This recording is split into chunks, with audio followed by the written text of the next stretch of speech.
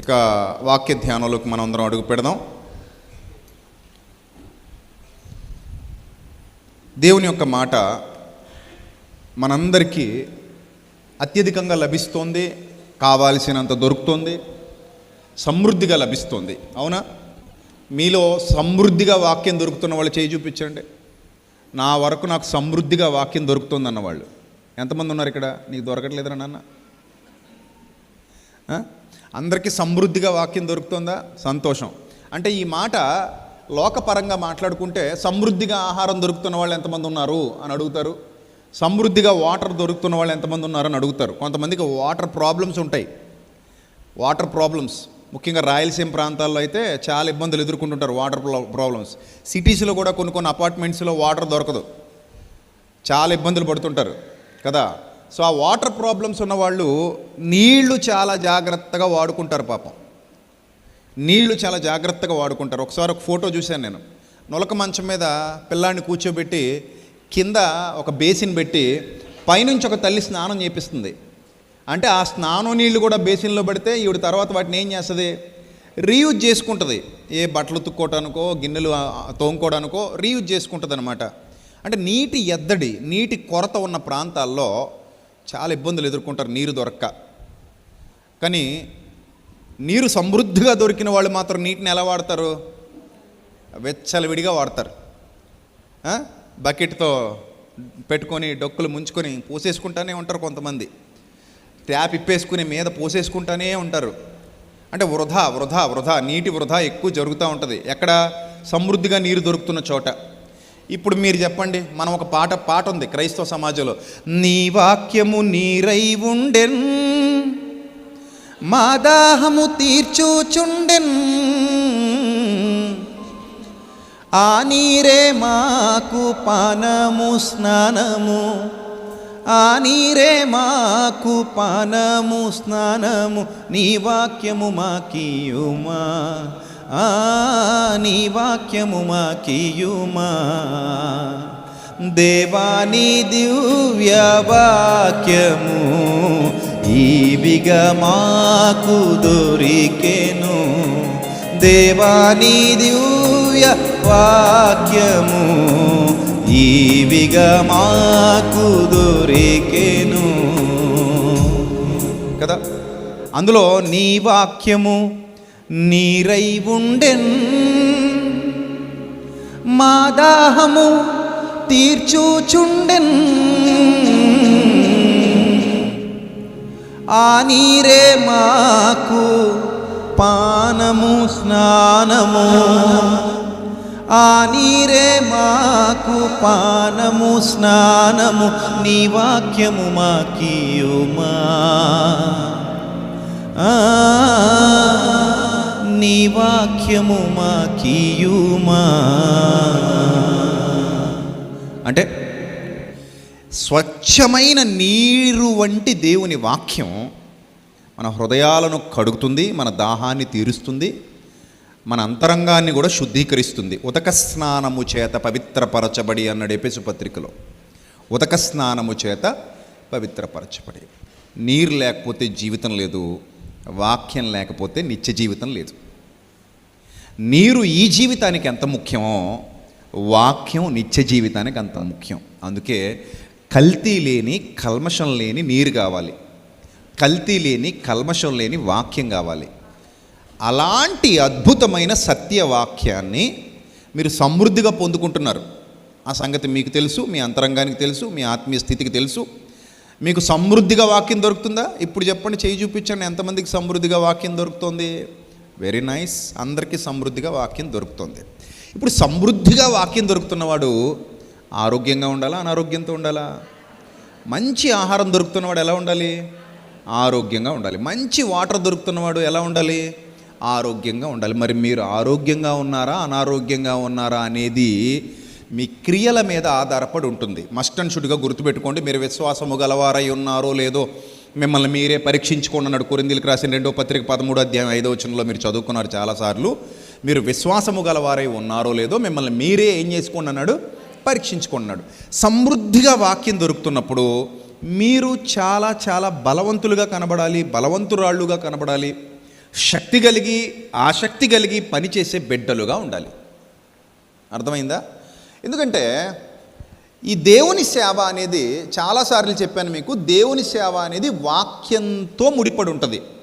వాక్యం లేకుండా అసలు దేవుని సేవ ఉండదు, ఎక్కడా ఉండదు. ఉందంటే అది అసలు దేవుని సేవ కాదు. దేవుని సేవ ఇప్పుడు దేంతో ముడిపడి ఉంటుంది? వాక్యంతో ముడిపడి ఉంటుంది. ఇది శరీర సంబంధమైన సేవ కాదు, హృదయ సంబంధమైన సేవ. ఈ సేవలో హృదయాలను కట్టడం, హృదయాలను బాగు చేయటం, హృదయాలను ఆలోచింపచేయటం, హృదయాలను సంస్కరింపచేయటం ఉంటుంది.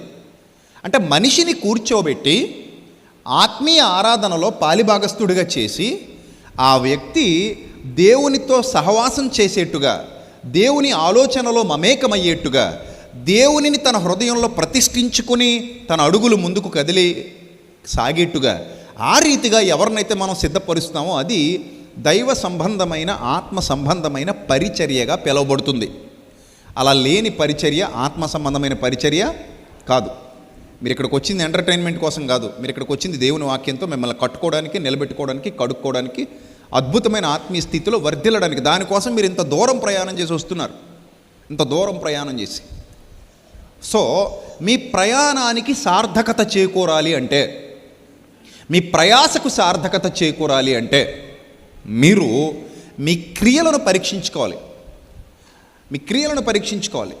నా క్రియలు బాగుంటే నా విశ్వాసం బాగున్నట్టు, నా క్రియలు బాగోకపోతే నా విశ్వాసం బాగలేనట్టు. రక్తం ఫుల్గా ఉందంటే మంచి తింటున్నాం అని అర్థం.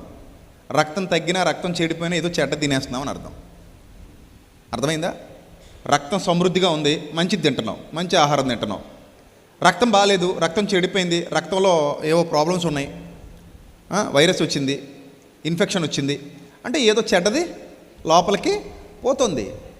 ఇప్పుడు సమృద్ధిగా వాక్యం దొరుకుతున్నటువంటి దేవుని పిల్లలైన మీరందరూ కూడా మరి మీ క్రియలను పరీక్షించుకుంటున్నారా? అందరూ ఎవరికి వారు మీ క్రియలను పరీక్షించుకుంటున్నారా? పరీక్షించుకోవాలి. అందులో మొదటిది క్రమం తప్పకుండా దేవుని సన్నిధిలో కనబడటం. ఎంతమంది పాస్ అవుతారు ఆ పరీక్షలో? చేయి చూపించండి. ఈ సంవత్సరం అంతా నేను క్రమం తప్పకుండా దేవుని సన్నిధిలో కనబడ్డాను. ఎంతమంది? ఈ సంవత్సరం అంతా ఒక్కరోజు కూడా మిస్ అవ్వకుండా నేను దేవుని సన్నిధిలో కనబడ్డాను అన్నవాళ్ళు ఎంతమంది ఉన్నారు? చూసారా? చాలా తక్కువ మంది ఉన్నారు. సగానికి పైగా మిస్ అయిన వాళ్ళే ఉన్నారు. అసలు ఎందుకు మిస్ అయ్యారు? వ్యాలిడ్ రీజన్ ఉంటే పర్లేదు. వ్యాలిడ్ రీజన్ అంటే ప్రయాణం చేయలేని పరిస్థితిలో ఉన్నప్పుడు, ఆరోగ్యం సహకరించలేనప్పుడు, ఏదో అత్యవసర విపత్తు, అత్యవసర పరిస్థితి మీద పడిపోయి ఇంక నేను ఈరోజు దేవుని సన్నిధికి వెళ్ళలేనని బాధతో మానేసేవాళ్ళు కొంతమంది ఉంటారు. వాళ్ళని ఆనందంగా మానరు. వాళ్ళకి బాధ ఉంటుంది మనసులండి. అయ్యో నేను ఈరోజు దేవుని సన్నిధికి వెళ్ళలేకపోయాను, మిస్ అయిపోయిన బాధ ఉంటుంది. ఆ బాధతో వాళ్ళు మానేసినా, ఆ వారం దేవుని సన్నిధిలో కనబడకపోయినా వాళ్ళు కొంచెం రిగ్రెట్ ఫీల్ అవుతారు. వాళ్ళని ఎక్స్క్యూజ్ చేయాలి, తప్పదు. ఎందుకంటే వాళ్ళు పరిస్థితి అనుకూలించక రాలేదు తప్ప, పరిస్థితి అనుకూలిస్తే వచ్చేస్తారు. కొంతమంది వర్షం వస్తే రెయిన్ కోట్లు వేసుకుని దేవుని సన్నిధికి వచ్చేవాళ్ళు కూడా ఉన్నారు. వర్షం వస్తే గొడుగులు వేసుకుని దేవుని సన్నిధికి వచ్చేవాళ్ళు కూడా ఉన్నారు. అంటే అదంత ఇంపార్టెంట్ అనుకుని. సో మీరు మీ ఆత్మీయ స్థితిలో వర్ధిల్లుతున్నారు అనడానికి మొట్టమొదటి సంకేతం ఏమిటి అంటే దేవుని సన్నిధిని మిస్ చేసుకోకపోవటం. నేను ఆరాధించడానికి ప్రభు సన్నిధికి వారానికి ఒక్కరోజు మాత్రమే వెళుతున్నా, అక్కడ నేను ఆరాధనలో పాల్గొంటున్నా, ఆయనతో సహవాసం చేస్తున్నా, నా దేవుని పిల్లలందరితో సహవాసంలో ఉంటున్నా అని అనుకునేవాళ్ళు ఆరాధనలో క్రమం తప్పకుండా పాల్గొంటారు. అది దైవ భయం ఉంటుంది కాబట్టి వాళ్ళ హృదయాలలో ఆ దైవ భయంతో క్రమం తప్పకుండా ఆరాధనలో పాల్గొంటారు. సో మీలో ఎంతమంది మరి పరీక్షలో పాస్ అవుతారో మిమ్మల్ని మీరు మొదట పరీక్షించుకోండి. సమృద్ధిగా ఆహారం దొరుకుతుంది అన్నవాళ్ళు ఆ ఆహారాన్ని చిన్నచూపు చూడరు, ఆ సన్నిధిని చిన్నచూపు చూడరు. బయట మీకు ఎన్నో లాభాలు రావచ్చు, మీ వ్యాపారాల్లోనో ఉద్యోగాల్లోనో ఇంకోటో లాభాలు ఉండొచ్చు. కానీ దేవుని సన్నిధి కంటే గొప్ప లాభం ప్రపంచంలో ఏముంది? మార్తా మరియా ఇద్దరిని కూర్చోబెట్టుకున్నప్పుడు ప్రభు అదేగా చెప్పారు. మార్తా, నువ్వు అనేకమైన పనులు కలిగి, విచారము కలిగి తొందరపడుచున్నావు, కానీ మరియా ఉత్తమమైన దాన్ని ఎంచుకుంది. నా పాదాల దగ్గర కూర్చుని జ్ఞానాన్ని నేర్చుకుంటుంది, ఇది ఉత్తమమైనది అన్నారు ప్రభు. సాక్షాత్తు ప్రభు ఇచ్చిన స్టేట్మెంట్. ఇప్పుడు చెప్పండి, మీ వ్యాపారాలు మార్త స్థానంలో ఉండి చేస్తున్నారా? మీ ఉద్యోగాలు మార్త స్థానంలో ఉండి చేస్తున్నారా? మీకున్న ఇంకేమైనా ఇతరతర కార్యక్రమాలు మార్త స్థానంలో ఉండి చేస్తున్నారా, లేక మరియ స్థానంలో ఉండి దేవుని వాక్యంని ప్రభు చేత మెప్పు పొందుతున్నారా, ఏం చేస్తున్నారనేది మిమ్మల్ని మీరు పరీక్షించుకోవాల్సినటువంటి విషయం. అంటే మీ ఆత్మీయ స్థితి దాని మీద డిపెండ్ అయి ఉంటుంది. ఇది నా ఆత్మీయ స్థితి, ఇది నా సామర్థ్యం, నా ప్రభువును నేను ఎంతగా ప్రేమిస్తున్నాను అనడానికి ఇవన్నీ కూడా నా దగ్గరున్న సంకేతాలు అని మీరు చెప్పకనే చెబుతారు. ఇది సత్యం. ఇక రెండోది, ప్రభువు మనకు అప్పగించిన పరిచర్య, ఈ ఆత్మ సంబంధమైన పరిచర్య పాత నిబంధన కాలం నుంచి ఉంది, ఇప్పటి వరకు ఉంది. పాత నిబంధన కాలం నుంచి ఇప్పటి వరకు కూడా ఆత్మ సంబంధమైన పరిచర్య నడుస్తూనే ఉంది. అయితే పాత నిబంధన కాలంలో శరీర సంబంధంగా కొన్ని పనులు చేయించాడు ప్రభు. అంటే వాళ్ళకి శిక్షణ ఇచ్చే క్రమంలో, వాళ్ళకి తర్పీది ఇచ్చే క్రమంలో శరీర సంబంధంగా కొన్ని పనులు చేయించడం జరిగింది. ఆ పనుల్లో మీరు చూడొచ్చు దైవ గ్రంథంలో నిర్గమకాండం 31వ అధ్యాయం మొదటి నుంచి చూడండి. నిర్గమకాండం 31వ అధ్యాయము మొదటి నుంచి. మరియు యెహోవా మోషేతో ఇట్లనెను, చూడుము, నేను యోధా గోత్రంలో హూరు మనుమడు ఊరు కుమారుడు అయిన బెసలేలను పేరుగల వానిని పిలిచితిని. బాగా అర్థం చేసుకోండి. కొన్ని పనులు ఉన్నాయి. ఈ టెక్నాలజీ ఎలా వచ్చిందబ్బా అని మనం బుర్రపాడు చేసుకుంటాం. కొన్ని విచిత్రమైన పనులు ఉంటాయి. అవి స్టార్ట్ చేయడానికి మూల పురుషుడు ఎవరో ఒకరు ఉంటారు. మూల పురుషుడు అంటారు, ఆద్యుడు అంటారు అతన్ని. ఈ ఆద్యులకు జ్ఞానం ఇవ్వకపోతే చివరికి వ్యవసాయంతో సహా యెషయా గ్రంథంలో చెప్తాడు, అసలు ఆ రైతుకి జ్ఞానం ఇచ్చిందే నేనంటాడు. ఆ రైతు ఎవరో కాదు, మొట్టమొదటి రైతు ఆదాము. వరల్డ్లో ఫస్ట్ ఫార్మర్ ఎవరు? ఆదాము. మొట్టమొదట నేలను సేద్యపరిచి పంట పండించిన వ్యక్తి యాడమ్ అండ్ ఈవ్. వాళ్ళు మొట్టమొదట రైతులు. అందుకే ప్రపంచంలో తొలి వృత్తి ఏది? రైతు. ప్రపంచ తొలి వృత్తి రైతు, వ్యవసాయం. ఆ తొలి రైతు ఆదామైతే ఆదాముకు వ్యవసాయం నేర్పించింది ఎవరంటే దేవుడు. యెషయా గ్రంథంలో నల్ల జీలకర్ర చదును చేస్తాడు, నల్ల జీలకర్ర చల్లుతాడు, భూమిని ఇలా చదును చేస్తాడు, భూమిని దున్నుతాడు. అసలు ఈ విధంగా జ్ఞానం ఇచ్చింది ఎవరు అంటే నేనే అని చెప్తాడు. యెషయా గ్రంథం 28వ అధ్యాయం. యెషయా గ్రంథం 28వ అధ్యాయం రెఫరెన్స్ 23 నుంచి చదువుదాం. యెషయా గ్రంథం 28వ అధ్యాయము 23 నుంచి చదువుదాం. చెవియొగ్గిన మాట వినుడి, ఆలకించినని పలుకున్నది వినుడి. దున్నువాడు విత్తుటకు నిత్యము తన పొలము దున్నున, అతడు దుక్కి పెళ్ళలు నిత్యం బద్దలగొట్టున. అతడు నేల చదును చేసిన తర్వాత నల్ల జీలకర్ర చల్లుతాడు, తెల్ల జీలకర్ర చల్లుతాడు, గోధుమలు వరుసగా విత్తుతాడు, ఎవరు తాను ఏర్పరిచిన చేనులో చల్లుతాడు, దాని అంచునేమో మిరప మొలకలు వేస్తాడు. వాని దేవుడే తగిన క్రమము వానికి నేర్పి ఉన్నాడు, ఆయన వానికి ఆ పని బోధిస్తున్నాడు అన్నాడు. చూడండి జాగ్రత్తగా. అంటే ఫస్ట్ స్టార్టింగ్ ఏదైనా సరే ఆ పని దేవుడు నేర్పిస్తాడు. నేర్పించకపోతే ఎవరికి రాదు. అంతెందుకు, సానిక ఫస్ట్లో మూల పురుషుడు అని ఆది కాండంలో ఈ మ్యూజిక్ సితారా వాడుక చేసేవారికి మూల పురుషుడు అని చెప్పి ఇక్కడ ఒక వ్యక్తి పేరు రాయబడింది. అతని పేరేంటి? యోబాలు అనే ఒక ఆయన ఉన్నాడు. అతడు సితారాను సానికను వాడుక చేయవారందరికీ మూల పురుషుడు అంట. 4:21 ఆది కాండం. అంటే మ్యూజిషియన్స్ అందరికీ పితామహుడు. మ్యూజిషియన్స్ అందరికీ పితామహుడు ఎవరు? యోబాలు మ్యూజిషియన్స్ అందరికీ పితామహుడు. అది వీళ్ళందరికీ ఆయన వీళ్ళ గురుగారు అనమాట. వీళ్ళందరికీ గురుగారు ఎవరు? యోబాలు. అక్కడ స్టార్ట్ అయింది మ్యూజిక్. ఆది కాండం 4వ అధ్యాయంలో 21వ వచనంలో స్టార్ట్ అవుతుంది మ్యూజిక్. అతని సహోదరుని పేరు యోబాలు, ఇతడు సితారాను సానికను. అంటే సానిక అంటే పిల్లన గ్రోవి, ఫ్లూటు, సితారా, ఫ్లూటు, ఇవన్నీ వాడుక చేసే వాళ్ళందరికీ ఎవరట? మూల పురుషుడు అన్నాడు. మూల పురుషుడు అంటే ఇలాగా మీరు ఏది చూసినా కానీ ఆ పనికి ఒక మూల పురుషుడు ఉంటాడు. కంప్యూటర్ కనిపెట్టింది ఒక మూల పురుషుడు ఉంటాడు. సెల్ ఫోన్ కనిపెట్టినందుకు ఒక మూల పురుషుడు ఉంటాడు. అలాగే బల్బు ఒక మూల పురుషుడు ఉన్నాడు. Train, flight, what ever it may be, any kind of technology in this world, there is a father of that దాన్ని ఏమంటారు, ఇన్నోవేషన్, అంతే కదా, ఇన్వెన్షన్, సారీ. అక్కడ ఒక ఫాదర్ ఉంటాడు, అది కనిపెట్టిన ఒక ఫాదర్ ఉంటాడు, దాన్ని సిద్ధపరిచిన వాడు ఒకడు ఉంటాడు, దానికి మూల పురుషుడు ఒకడు ఉంటాడు. అర్థమైందా? పితామహుడు అంటారు తెలుగులో అయితే. సో అలాగా ఈ బెసలేలు అనే ఒక వ్యక్తిని ఎన్నుకొని దేవుడు అతనికి జ్ఞానం ఇచ్చాడు. జ్ఞానం ఇచ్చి అతన్ని కూడా ఒక మూల పురుషుడిగా తీర్చిదిద్దాడు. దేనికి అంటే, ఇప్పుడు నిర్గమకాండం 31 అధ్యాయానికి రండి. నిర్గమకాండం 31 అధ్యాయంలో 3వ వచనం, 31:3, విచిత్రమైన పనులను కల్పించుటకును బంగారుతోనూ వెండితోనూ ఇత్తడితోనూ పని చేయుటకును. చూడండి, విచిత్రమైన పనులంట.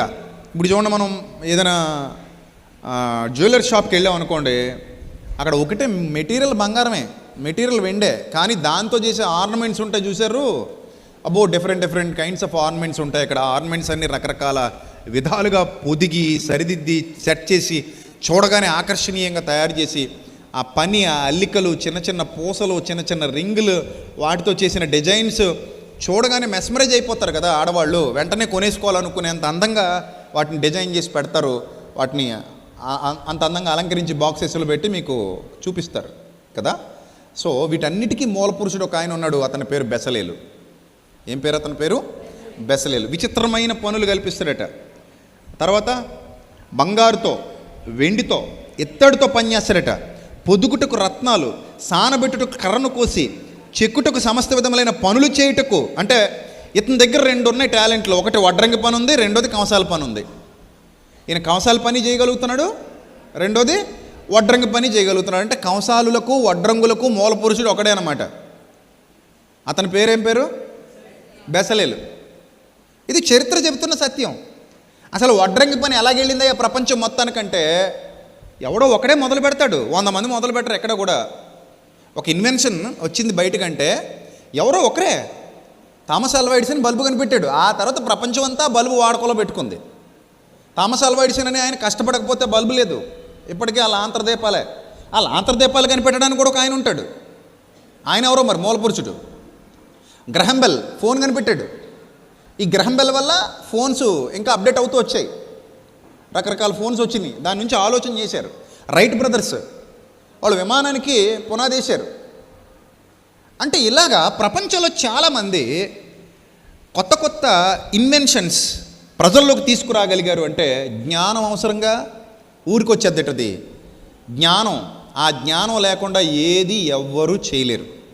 అది దేవుడే ఇవ్వాలి. రైతుకు జ్ఞానం ఇచ్చినవాడు ఆయనే, వడ్రంగి పని మనుషులకు నేర్పించినవాడు ఆయనే, కంసాలి పని మనుషులకు నేర్పించినవాడు ఆయనే. అసలు సమస్త విషయాలు భూమి మీద మనిషికి అందుబాటులో ఏర్పాటు చేసి వాటిని తవ్వుకొని తీసుకోవటానికి, కనిపెట్టి వాడుకోవటానికి మనిషికి జ్ఞానం, వివేకం సమృద్ధిగా అనుగ్రహించింది ఎవరు అంటే సృష్టికర్త అయినటువంటి దేవుడు. ఉన్నదాన్నే మనం కనిపెట్టగలం, ఉన్నదాన్నే వాడుకోగలం. లేని దాన్ని ఎక్కడి నుంచి తేగలం? మనం ప్రకృతిలో ఉన్న వనరులనే మనం వాడుకోగలం. ప్రకృతిలో ఉన్న జ్ఞానాన్నే మనం సొంతం చేసుకోగలం. ప్రకృతిలో ఆల్రెడీ ఉన్న టెక్నాలజీనే మనం తీసుకోగలం. లేని దాన్ని ఎక్కడి నుంచి తేగలం? పరలోకం నుంచి ఏమైనా దింపగలమా? దింపలేంగా. ఉన్నదాన్నే వాడుకోగలం. సో ఈ రీతిగా బెసలేలు అనేటువంటి జ్ఞాని దైవ జ్ఞానంతో నింపబడి పని మొదలు పెడుతున్నాడంట. ఇంతకీ పని దేనికి? వడ్రంగి పని మొట్టమొదట గృహాలకు కాదు, కంసాల పని మొట్టమొదట గృహాలకు కాదు. వడ్రంగి పని, కంసాల పని మొట్టమొదట ఎవరికి అంటే దైవ సంబంధమైన కార్యక్రమాలకు వినియోగించటానికి వారికి జ్ఞానం ఇచ్చాడు. దేనికి?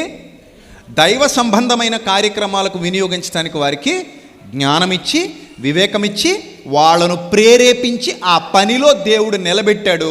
అక్కడి నుంచి పని అంటూ బయటకు వచ్చిన తర్వాత రకరకాలుగా వాడతారు, అంతే కదా.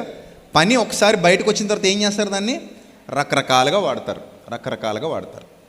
ఇప్పుడు చాలామంది శాస్త్రవేత్తలు, ఐన్స్టీన్ ఉన్నాడు. ఐన్స్టీన్ చాలా బాధపడుతూ చనిపోయాడు చివరి దశలో. ఎందుకంటే అతను ఏ సిద్ధాంతాలను అయితే ప్రతిపాదించాడో ఆ సిద్ధాంతాలని బేస్ చేసుకుని అణుబాంబు కనిపెట్టారు. ఈ ఆటం బాంబు, ఈ అణుబాంబు, ఆటం బాంబు ఇవన్నీ కూడా మనిషి పతనానికి ఉపయోగించడానికి ప్లాన్ చేశారు. జపాన్లో హిరోషిమా, నాగసాకి పట్టణాల మీద వేసినటువంటి అణుబాంబు దాటికి నేటికి ఆ నగరాలు కోలుకోలేదు. అమెరికా చేసిన ఒక పనికిమాలిన పని. ఆ పనికిమాలిన పని వల్ల ఇప్పటికీ హిరోషిమా నాగసాకి పట్టణాల్లో చాలామంది అంగవైకల్యంతో పుడుతున్నారంటే కారణం ఒక బాంబు. దానికి ఆ శాస్త్రవేత్తలు చాలా ఫీల్ అయ్యారు, హట్ అయ్యారు. ఎందుకంటే మేము మంచి కోసం కనిపెట్టాం, వీళ్ళు దానికి ఎలా వాడుతున్నారు, దాన్ని చెడుకు వాడుతున్నారు. మేము మంచికి ఉపయోగపడుతుందని చూసాం, వీళ్ళు దానికి ఎలా ఎలా ఎలా తీసుకెళ్లారు, దాన్ని చెడుకు తీసుకెళ్లారు. సో ప్రపంచంలో ఏదైనా కానివ్వండి, ఒక మూల పురుషుడు ఉంటాడు. ఆ మూల పురుషుడు కనిపెట్టబట్టే నువ్వు వాడుతున్నావు. ఇప్పుడు కెమెరా ఉంది, ఒక మూల పురుషుడు ఉన్నాడు. మైక్ ఉంది, ఒక మూల పురుషుడు ఉన్నాడు. ఫ్యాన్ ఉంది, ఒక మూల పురుషుడు ఉన్నాడు. అంటే ఇది ఉంటే బాగుంటుందని తీవ్రమైన పరిశోధనలు చేసి ఆలోచించి దైవజ్ఞానముతో వాటిని ప్రకృతిలో నుంచి బయటికి తీసిన వాళ్ళు, అదృశ్యంగా ఉన్న వాటిని మానవులకు దృశ్య రూపంలో తీసుకొచ్చిన వాళ్ళు. ఈవెన్ వాళ్ళు వాడుతున్న కీబోర్డు, ప్యాడ్, బాక్సెస్, ఎవ్రీథింగ్, మీరు వాడుతున్న ల్యాప్టాప్లు, సెల్ ఫోన్స్, చివరికి మీరు వేసుకున్న షూతో సహా, చెప్పులతో సహా, ప్రారంభంలో ఎవడో ఆలోచించినోడేగా. ఎవడో నడుస్తుంటే రాయి గుచ్చుకుపోయి ఉండాలి, అప్పుడు ఐడియా వచ్చి ఉండాలి. అరే నేను నడుస్తున్నప్పుడు రాళ్ళు గుచ్చుకుపోతున్నాయి, ముళ్ళు గుచ్చుకుపోతున్నాయి, ఏదైనా ఉంటే బాగుంటుందని అనుకున్నప్పుడు ఎవరో మూల మూల మూల మూల పురుషుడు, ఎవరో పురుషుడు లేదో స్త్రీ, ఎవరో తెలియదు, వాళ్ళు అనుకుంటారు ఏమని, కాళ్ళకి ఏమైనా రక్షణగా ఉంటే బాగుంటుంది అన్నప్పుడు పాదరక్ష పుట్టింది. ఏం పుట్టింది? పాదరక్ష పుట్టింది. అది ఇది రోజు పెద్ద వ్యాపారం అయి కూర్చుంది, చెప్పుల వ్యాపారం. ఈ చెప్పుల వ్యాపారానికి, షూ వ్యాపారానికి ఎవడో మూల పురుషుడు ఒక ఆయన ఉన్నాడుగా. ఆయన ఉండబట్టే ఇవన్నీ వచ్చినాయి బయటికి. ఇప్పుడు ఈ చెప్పులు ప్రకృతిలో పెట్టింది ఎవరు మరి? దేవుడేగా. మెటీరియల్ దేవుడు పెట్టకపోతే మనకి చెప్పులు ఎక్కడ వస్తాయి, సాక్స్లు ఎక్కడ వస్తాయి? ఏమి రావుగా. సో ఎవ్రీథింగ్ ప్రకృతిలో ఉంది, దాన్ని బయటికి తీసుకురావడం మానవుడు నేర్చుకున్నాడు. మానవుడికి జ్ఞానం ఇచ్చింది ఎవరు? దేవుడు. ఇంకే జీవరాశికి ఇవ్వలేదండి. నెక్స్ట్ సెమినార్లో వచ్చే పాట అదే. ఈ సృష్టిలో ఎన్నో జీవరాశులు ఉన్నాయి, వాటికి లేని జ్ఞానం మానవుడికి మాత్రమే ఎందుకుందని క్వశ్చన్ చేస్తూ ఒక పాట రాశాను. మానవుడికి మాత్రమే ఎందుకుంది? ఎన్నో జీవరాశులకు లేని ఆధిక్యత మానవుడికి ఎందుకు వచ్చింది? ఎందుకు మానవుడు ఏలిగ్గా ఉన్నాడు? ఇవన్నీ మీరు ఆలోచన చేయండి. మీకు లాస్ట్ అండ్ ఫైనల్గా వచ్చే ఆన్సర్ ఒకటే, అది దేవుడు. దేవుడు ఇవ్వకపోతే మానవుడికి జ్ఞానం లేదు, దేవుడు ఇవ్వకపోతే మానవుడికి ఆధిక్యత లేదు, దేవుడు ఇవ్వకపోతే, దేవుడు హెచ్చించకపోతే మానవుడు హెచ్చింపబడడు. ఇది సత్యం, రైట్? సో ఇప్పుడు బెసలేలు అనే ఆయన రత్నాలు పొదుగుతాడట, కర్రను కోసి చెక్కుతాడట, సమస్త విధములైన పనులు చేయుటకు జ్ఞానము, దాన్ని కూడా దేవుడేమన్నాడు? విద్య అన్నాడు. విద్య, జ్ఞానము, విద్య, వివేకం కూడా కావాలిగా. పని రానుడికి పని అప్పగించాం అనుకోండి, ఆ కర్ర అక్కడ పెట్టాల్సింది ఇంకో చోట ఎట్టేస్తాడు, ఈ ఇటుకి ఎక్కడ పెట్టాల్సింది ఇంకో చోట ఎట్టేస్తాడు. అలా అడ్డదిడ్డంగా కట్టేసి నాశనం చేసేస్తాడు పని, అంతే కదా. పని వచ్చినోడికి పని అప్పగించాలి, పని రానుడికి పని అప్పగిస్తే ఏం చేస్తాడు? నాశనం చేసేస్తాడు. ఇల్లు కట్టినప్పుడైనా, చివరికి పెయింట్లు వేసేటప్పుడైనా, లేదా వడ్రంగ పని చేయడానికైనా, లేకపోతే ఏదైనా రిపేర్, బైక్ రిపేర్కైనా ఏమి రానుడికి ఇచ్చేసారనుకోండి, బైక్ రిపేరు మొత్తం అన్నీ ఇప్పేసి మూలెట్టు కూర్చుంటాడు. ఇంకా దాన్ని ఎలా బిగించాలో కూడా వాడికి తెలీదు. అదే సమర్థుడు అనుకోండి, సౌండింగ్ చెప్పేస్తాడు రిపేర్ ఏంటనేది. మీరు బండి పట్టుకెళ్ళగానే ఒక ట్రైల్ వేసుకొస్తాడు, కారు పట్టుకెళ్ళగానే ట్రైల్ వేసుకొస్తాడు. సమర్థుడు, పనిలో నిపుణత గలవాడు, వెంటనే చెప్పేస్తాడు, సార్ దీనికి కంప్లైంట్ ఉంది చేసేద్దాం అంటాడు, అంతే. వెంటనే కంప్లైంట్ చేసేస్తాడు, పంపించేస్తాడు. అది నిపుణుడు. చేతగానుడు పని తగలేస్తాడు, చేతనైనడు పని నిలబెడతాడు, అంతేనా? ఎక్కడైనా అంతేగా. వంట వచ్చిన వాళ్ళు వంట బాగా చేస్తారు, వంట రాని వాళ్ళు మొత్తం తగలేస్తారు, అతికెళ్ళి కుండీలో పోయాలి, అంతే కదా. మరి చాలామంది పట్టుకెళ్ళి కుండీలో పోతుంటారు, వీళ్ళకి రాదు వంట, తగునమ్మా అని బయలుదేరతారు. నేను చేసేస్తానంటే ఇటు గరిటి దాకా ఉంటే వచ్చేది ఇటు వంట రాదు. దానికి ఒక పద్ధతి, దానికి ఒక నేర్పు, దానికి ఒక అనుభవం, ఇవన్నీ ఉంటాయి. లేదు మేము తగుదనమ్మా మేము చేసేస్తామని బయలుదేరితే ఇంకా అది ఎవడో తినడానికి పని చేయదు. అది ఎందులో పోయాలి? గోతులో పోయాలి, అంతే కదా మరి. సో కాబట్టి నిపుణత, నైపుణ్యం దేవుడు ఇవ్వాలి, ఇచ్చాడు, చాలామందికి ఇచ్చాడు. ఇది బైబిల్ చరిత్ర. ఎంత లోతుకి వెళ్ళిపోతే బైబిల్ ఇంకా చాలా విషయాలు ఉంటాయి నేర్చుకోవడానికి. సో ఇప్పుడు మీరు కూడా నేర్చుకున్న మీ దగ్గర ఉన్న స్కిల్స్ ఏవైతే ఉన్నాయో, ఈ స్కిల్స్ అన్నీ కూడా దేవుడు మీ మెదడులో ఉంచాడు కాబట్టి ఆ స్కిల్ మీకు వచ్చింది, లేకపోతే ఆ స్కిల్ మనకి రాదు. ఒక్కొక్కరు చీరలు అల్లుతుంటారు, చీరల మీద ఏదో డిజైన్లు చేస్తుంటారు, అదో ఆర్ట్. అది కొంతమంది ఉడుకుతారు మగ్గాల మీద, అదొక ఆర్ట్. చీరలు ఉడుకుతారు, అదొక అద్భుతమైన ఆర్ట్. అది దారాలన్నీ పెట్టుకొని మనకు కానీ ఆ దారాలు వేసారనుకోండి, సాలిగూళ్ళ చుట్టుకోవాలి తప్ప మీద ఒక చీర కాదు కదా, ఒక కర్చీఫ్ కూడా అల్లలేం మనం, అంతేనా? రావు మనకి. కొంతమంది చూడండి కోన్తోటి ఈ చేతుల మీద డిజైన్లు పెడుతుంటారు. కోన్ చేతికి ఇచ్చేస్తే అదిరిపోతే డిజైన్లు, చెయ్యి చూడగానే అబ్బా ఎంత బాగా పెట్టేశారండి. పెళ్లి కూతుర్లు పెడుతుంటారు కదా, అందులో మీ వదినమ్మ ప్రవీణరాలు మా బంధువులు ఎవరికైనా పెళ్ళిళ్ళు అయితే వచ్చేస్తుంటారు ఇంటికి, ఇదిగో నువ్వు ఎవరికైనా పెట్టకని చెప్పేసాను పెళ్ళి అయిన తర్వాత. ఇంకా అలా రోజుకొకటి వస్తుంటే చిరాకు ఉంటుంది మనకి, ఇంక ఈ పని మానేద్దాం అని వచ్చేస్తారు అందరూ. అక్క నీకు వచ్చి కదా అక్క, పెట్టక్క ప్లీజ్ అక్క అని వస్తుంటారు పెళ్లి కూతుర్లు. ఈవిడేమో కూర్చొని తిప్పేస్తుంటుంది, అటు ఇటు ఇటు గిరగిర తిప్పేసి మంచిగా పెట్టేసి పంపించేసేది. అంటే ఎప్పటి నుంచో బాగా అలవాటు అయిపోయింది అనమాట తనకి.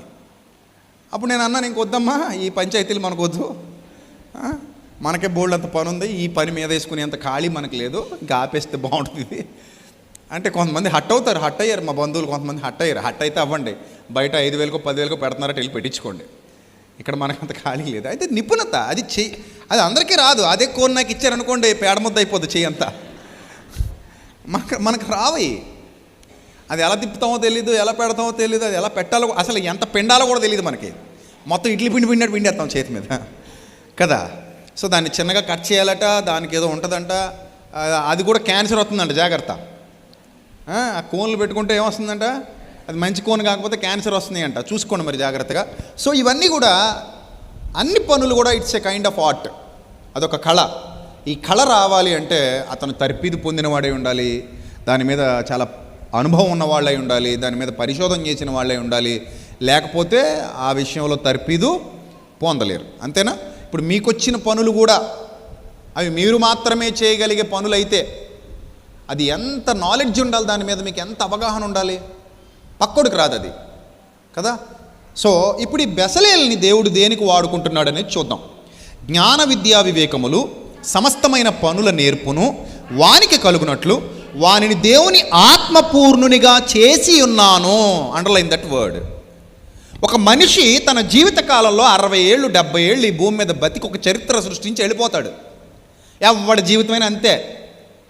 నువ్వు ఏ పని చేయకుండా ఖాళీ ఇంట్లో కూర్చొని శుభ్రంగా తినేసి పడుకొని చచ్చిపోయినా అంతే, లేదు ఏదో సాధించి చచ్చిపోయినా అంతే, లేదు ఏమి చేయకుండా చచ్చిపోయినా అంతే. సంపాదించి చచ్చిపోయినా చచ్చిపోతావు, సంపాదించకుండా చచ్చిపోయినా చచ్చిపోతావు, పేరు తెచ్చుకుని చచ్చిపోయినా చచ్చిపోతావు, పేరు తెచ్చుకోకుండా చచ్చిపోయినా చచ్చిపోతావు. లైఫ్ అయితే అయిపోద్ది, 70 లేదా 80కి వచ్చేసరికి క్లోజ్ కరో, అంతే, ఏం ఉండదు ఇంకా. ఆ తర్వాత నువ్వనేవాడు ఇక్కడ ఉండవు, ఉన్నా కూడా నీ పిల్లలే ఇష్టపడరు, నేను పోవచ్చు కదరా బాబా అనే స్థితి వస్తుంది. అది చాలా బాధాకరం, అది నిజం. ముసలోడు అయిపోయాక ఇంకెందుకు నువ్వు బతకడం అన్న ఫీలింగ్ పిల్లల్లో కనబడుతున్నప్పుడు మనకి అదో రకమైన బాధ.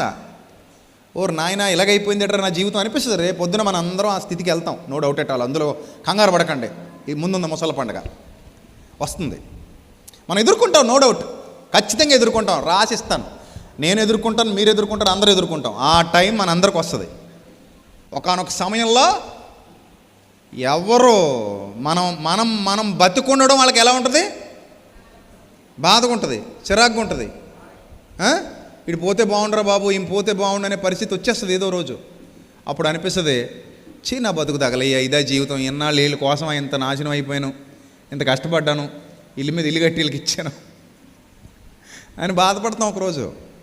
నిజమే, అది మనకే తప్పదు, వాళ్ళకే తప్పదు. ఇంక ఇది ప్రకృతి నియమం అనుకోవాలో ఏమో తెలియదు, కానీ అలా ఉంటాయి. కొన్ని చోట్ల డిఫరెంట్గా ఉండొచ్చు, మేబీ కొన్ని పరిస్థితుల్లో కొంతమంది కొన్ని విధాలుగా చూసుకోవచ్చు, అది మనకు తెలియదు, అది వాళ్ళ వ్యక్తిత్వం మీద ఆధారపడి ఉంటుంది. అయితే మనం ఈ 60-70 ఏళ్ల జీవితంలో ఏం చేసి వెళ్ళిపోతున్నాం అనేది ఇంపార్టెంట్, దేనికి చేసుకుని వెళ్ళిపోతున్నాం అనేది కూడా ఇంపార్టెంట్. ఇప్పుడు ఇక్కడే ఏదో చేసి వెళ్ళిపోతున్నావా, లేకపోతే రాబోయే జీవితానికి ఏమైనా మంచి పునాది వేసుకుంటున్నావా అనేది ఇంపార్టెంట్. ఇప్పుడు శిల్పాలు చెక్కినోళ్ళు, ఆభరణాలు చేసినోళ్ళు, చెక్కలతో శిల్పాలు చెక్కినోళ్ళు, రాళ్ళ మీద శిల్పాలు చెక్కినోళ్ళు, వీళ్ళందరికీ మూల పురుషుడు బెసలేలు, అందులో ఎలాంటి సందేహం లేదు. బైబిల్ ఇస్తున్న హిస్టరీ ఇది. బెసలేలు చాలా మంచి టాలెంటెడ్ పర్సన్. తర్వాత మీరు చదువుకుంటూ వెళుతూ పోతుంటే ఇతనికి శిష్యులు చాలామంది ఉంటారు, ఇతని దగ్గర నేర్చుకుంటారు వాళ్ళు శిష్యులు. వన్స్ వర్క్ నేర్చేసుకున్నావు అనుకో, ఆ తర్వాత నువ్వే ఇంకొకటికి ఏమైపోతావు, గురువు అయిపోతావు కదా. పని నేర్పించేసిన తర్వాత పని ఆటోమేటిక్గా అలా ఏమైపోద్ది, స్ప్రెడ్ అయిపోద్ది, నీ దగ్గర ఆగిపోదు, పని అలా స్ప్రెడ్ అయిపోద్ది, ఎక్కడెక్కడికో వెళ్ళిపోద్ది. అలా అందరూ నేర్చేసుకుంటారు, అంతే కదా. బుట్టలు వెళ్ళే వాళ్ళు ఉంటారు, నేర్చుకోవడం మొదలు పెట్టామనుకో బుట్టలు వెళ్ళడం నువ్వు కూడా, ఇంకా ఆ తర్వాత టీవీ చూస్తూ కూడా బుట్టలు వెళ్ళేస్తుంటారు, ఇలా అనేస్తుంటారు వాళ్ళు. వాళ్ళకి వచ్చేది చక్కగా కింద మంచి సంచి బుట్ట, అదే సంతకట్టుకు వెళ్తాం కదా బుట్ట, కూరగాయలు కొనుక్కోవడానికి, ఆ బుట్టలన్నీ వెళ్ళేస్తుంటారు వాళ్ళు. మళ్ళీ పూజ బుట్టలు వెళ్తారు, ఆ వంకరలు వచ్చేస్తుంటాయి వాళ్ళకి. అందులో మా వదిన ప్రవీణరాలు, ఒకప్పుడు ఇప్పుడు కాదు,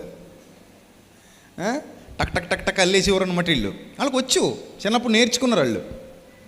అంటే ఆ వైర్ కట్టలు ఇస్తే చాలు, వీళ్ళు ఏం చేస్తారు, బుట్టలు ఇచ్చేస్తారనమాట. ఆ వైర్ కట్టలు ఇస్తే చాలు.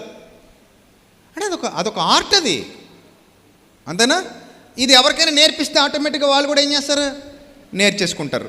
సో బెసలేలు అలా నేర్పించాడు. మరియు నేను దాను గోత్రములోని అహీసామాకు కుమారుడైన అహోలియాబును అతనికి తోడు చేసి తిని, అంటే ఒక అసిస్టెంట్ని ఇచ్చాడు. నేను నీకు ఆజ్ఞాపించినదంతయు చేయనట్లు జ్ఞాన హృదయులందరి హృదయములో జ్ఞానమును ఉంచి ఉన్నాను. Underline that word. ఎక్కడ ఉంచాడు దేవుడు?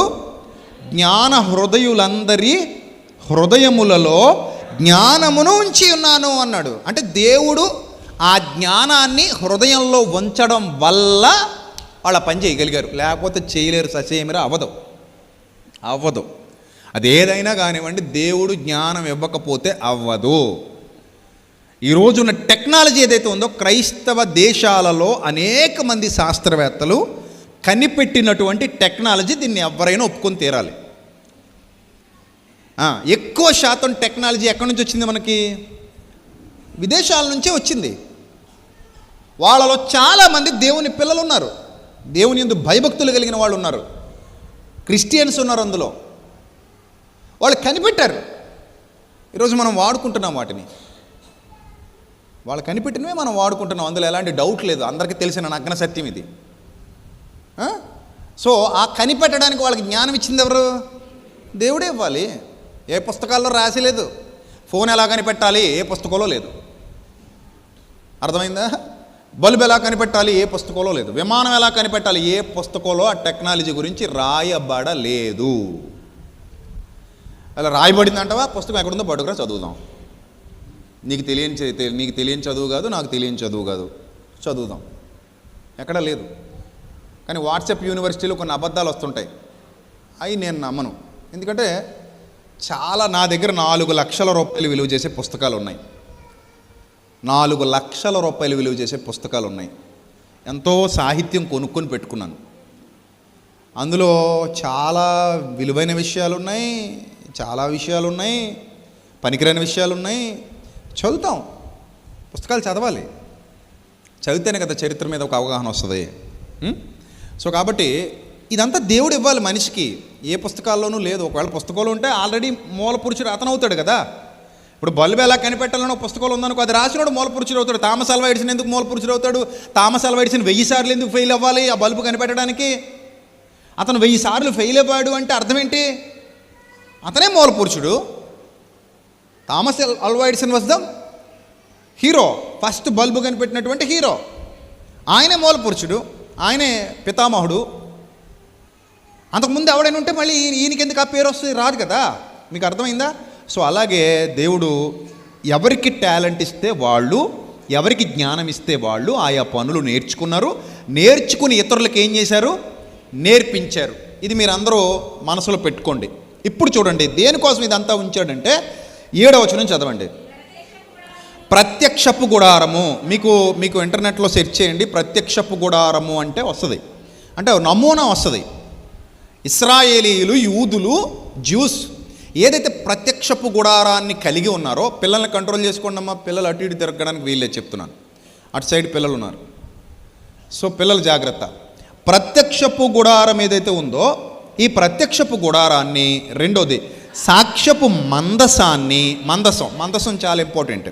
ప్రత్యక్షపు గుడారం ఒకటి తయారు చేశారు, అలాగే మందసం తయారు చేశారు. మందసమును, నెక్స్ట్ దాని మీదనున్న కరుణాపీఠాన్ని, ఆ గుడారపు ఉపకరణములన్నిటినీ, బల్లను, దాని ఉపకరణాలను, నిర్మలమైన దీపవృక్షాన్ని, దాని ఉపకరణాలని, ధూపవేదికను, దహన బలిపీఠాన్ని, దాని ఉపకరణాలన్నిటినీ, గంగాళం దాని పీట, యాజక సేవ చేయునట్లు సేవా వస్త్రములు, యాజకుడైన అహరోను యొక్క ప్రతిష్ఠిత వస్త్రములు, అతని కుమారుల వస్త్రాలు, అభిషేక తైలము, పరిశుద్ధ స్థలము కొరకు పరిమళ ధూప ద్రవ్యాలు, నేను నీకు ఆజ్ఞాపించిన ప్రకారము వారు సమస్తము చెయ్యాలి. అండర్లైన్ చేసుకోండి. ఇంత చదువుకున్నాం కదా, ఇదంతా వ్యక్తిగత అవసరాల కోసం చేసింది కాదు. దేనికోసం చేశారు వీళ్ళందరూ? ఇది ప్రత్యక్షపు గుడారం, కరుణాపీఠం, మందసం, బలిపీఠం, దహన బలిపీఠం, దీపవృక్షం, గంగాళము, వస్త్రములు, అభిషేక వస్త్రములు, అభిషేక తైలము, ఇవన్నీ కూడా పాత నిబంధన కాలపు వస్తు సముదాయం.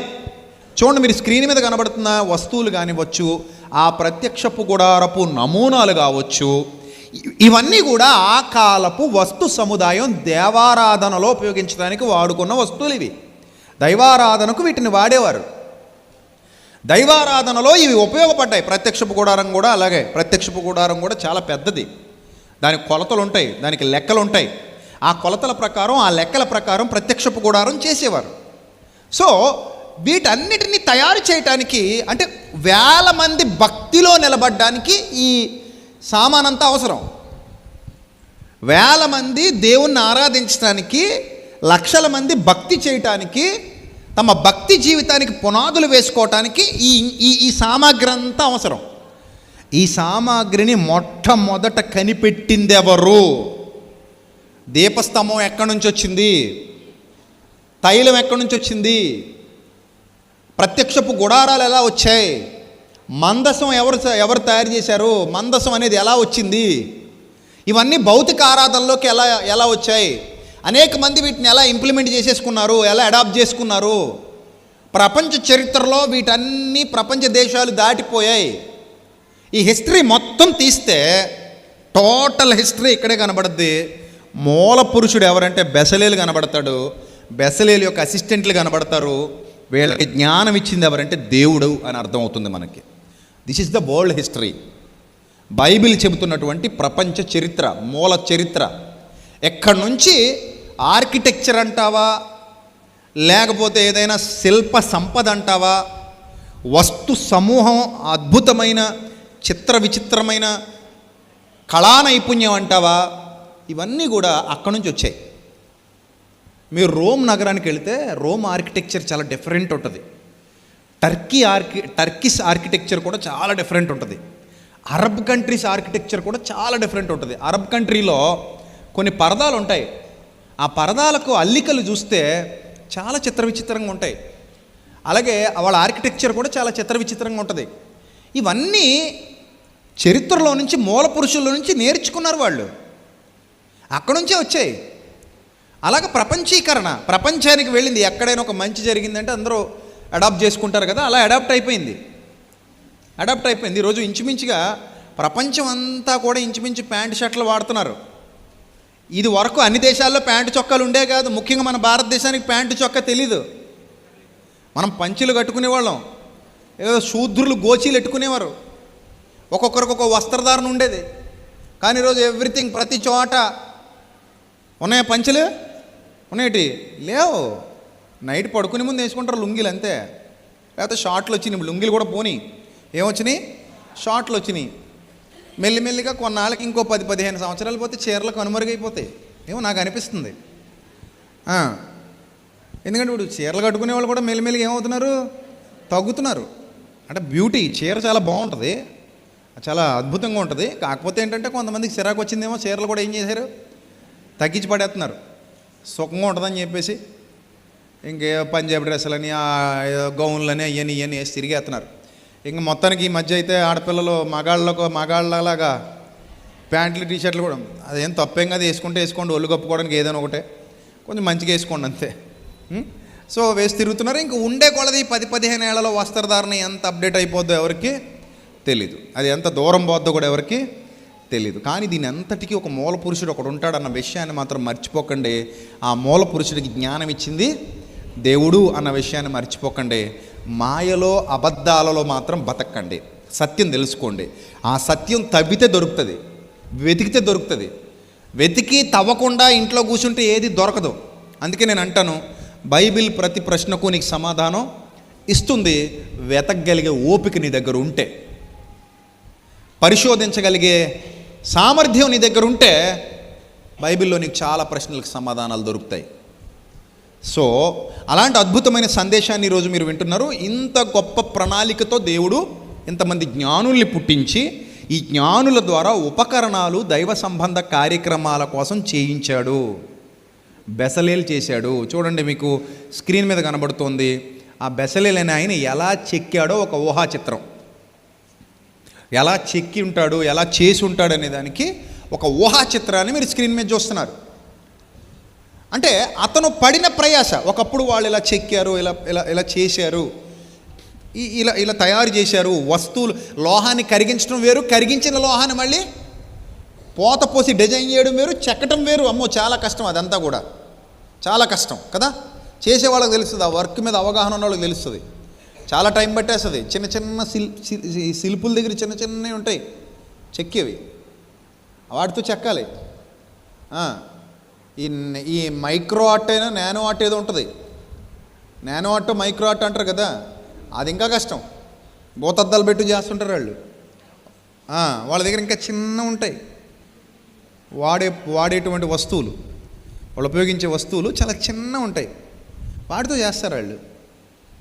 సో మీరు ఎప్పుడు గుర్తుపెట్టుకోండి, దేవుడు తన పని కొరకు మొదట జ్ఞానం ఇచ్చాడు. దాన్ని తర్వాత మనుషులు తమ అవసరాల కోసం వాడుకున్నారు. ఆయన పని మొదట జరిగించడానికి జ్ఞానం ఇచ్చాడు. ఆ జ్ఞానాన్ని మనుషులు ఇప్పుడు దాన్ని ఆర్కిటెక్చర్లోకి తెచ్చేశారు, ఇంట్లోకి తెచ్చేశారు. ఇల్లు కట్టుకునేటప్పుడు రకరకాల పద్ధతులు ఇలాంటివి ప్రవేశపెట్టారు. అందంగా అలంకరించడానికి వాడుతున్నారు. ఒకటి కాదు, రెండు కాదు. సో ఇవన్నీ ఆర్కిటెక్ట్స్ అందరికీ మూల పురుషులు ఎవరో ఒక ఆయన ఉన్నాడు. ఆ మూల పురుషుల వల్ల ఇవన్నీ వచ్చాయి. వాళ్ళు దేవుని పనిలో నేర్చుకున్నారు ఇదంతా. బెసలేలు సంపూర్ణంగా తన జీవితకాలాన్ని ఎవరికి ఇచ్చేసాడంటే దేవునికి ఇచ్చేశాడు. ఆయన అదే పని మనుషుల కోసం చేసుకుని డబ్బులు సంపాదించి చచ్చిపోవచ్చు, కానీ సంపూర్ణంగా తన జీవితాన్ని ఎవరికి ఇచ్చేశాడు? దేవునికి ఇచ్చేశాడు. దేవునికి ఇచ్చేసి దేవుని సేవలో వాడబడి ఘనుడుగా పిలువబడుతున్నాడు బెసలేలు. దేవుని సేవలో వృద్ధి పొందినవాడు బెసలేలు.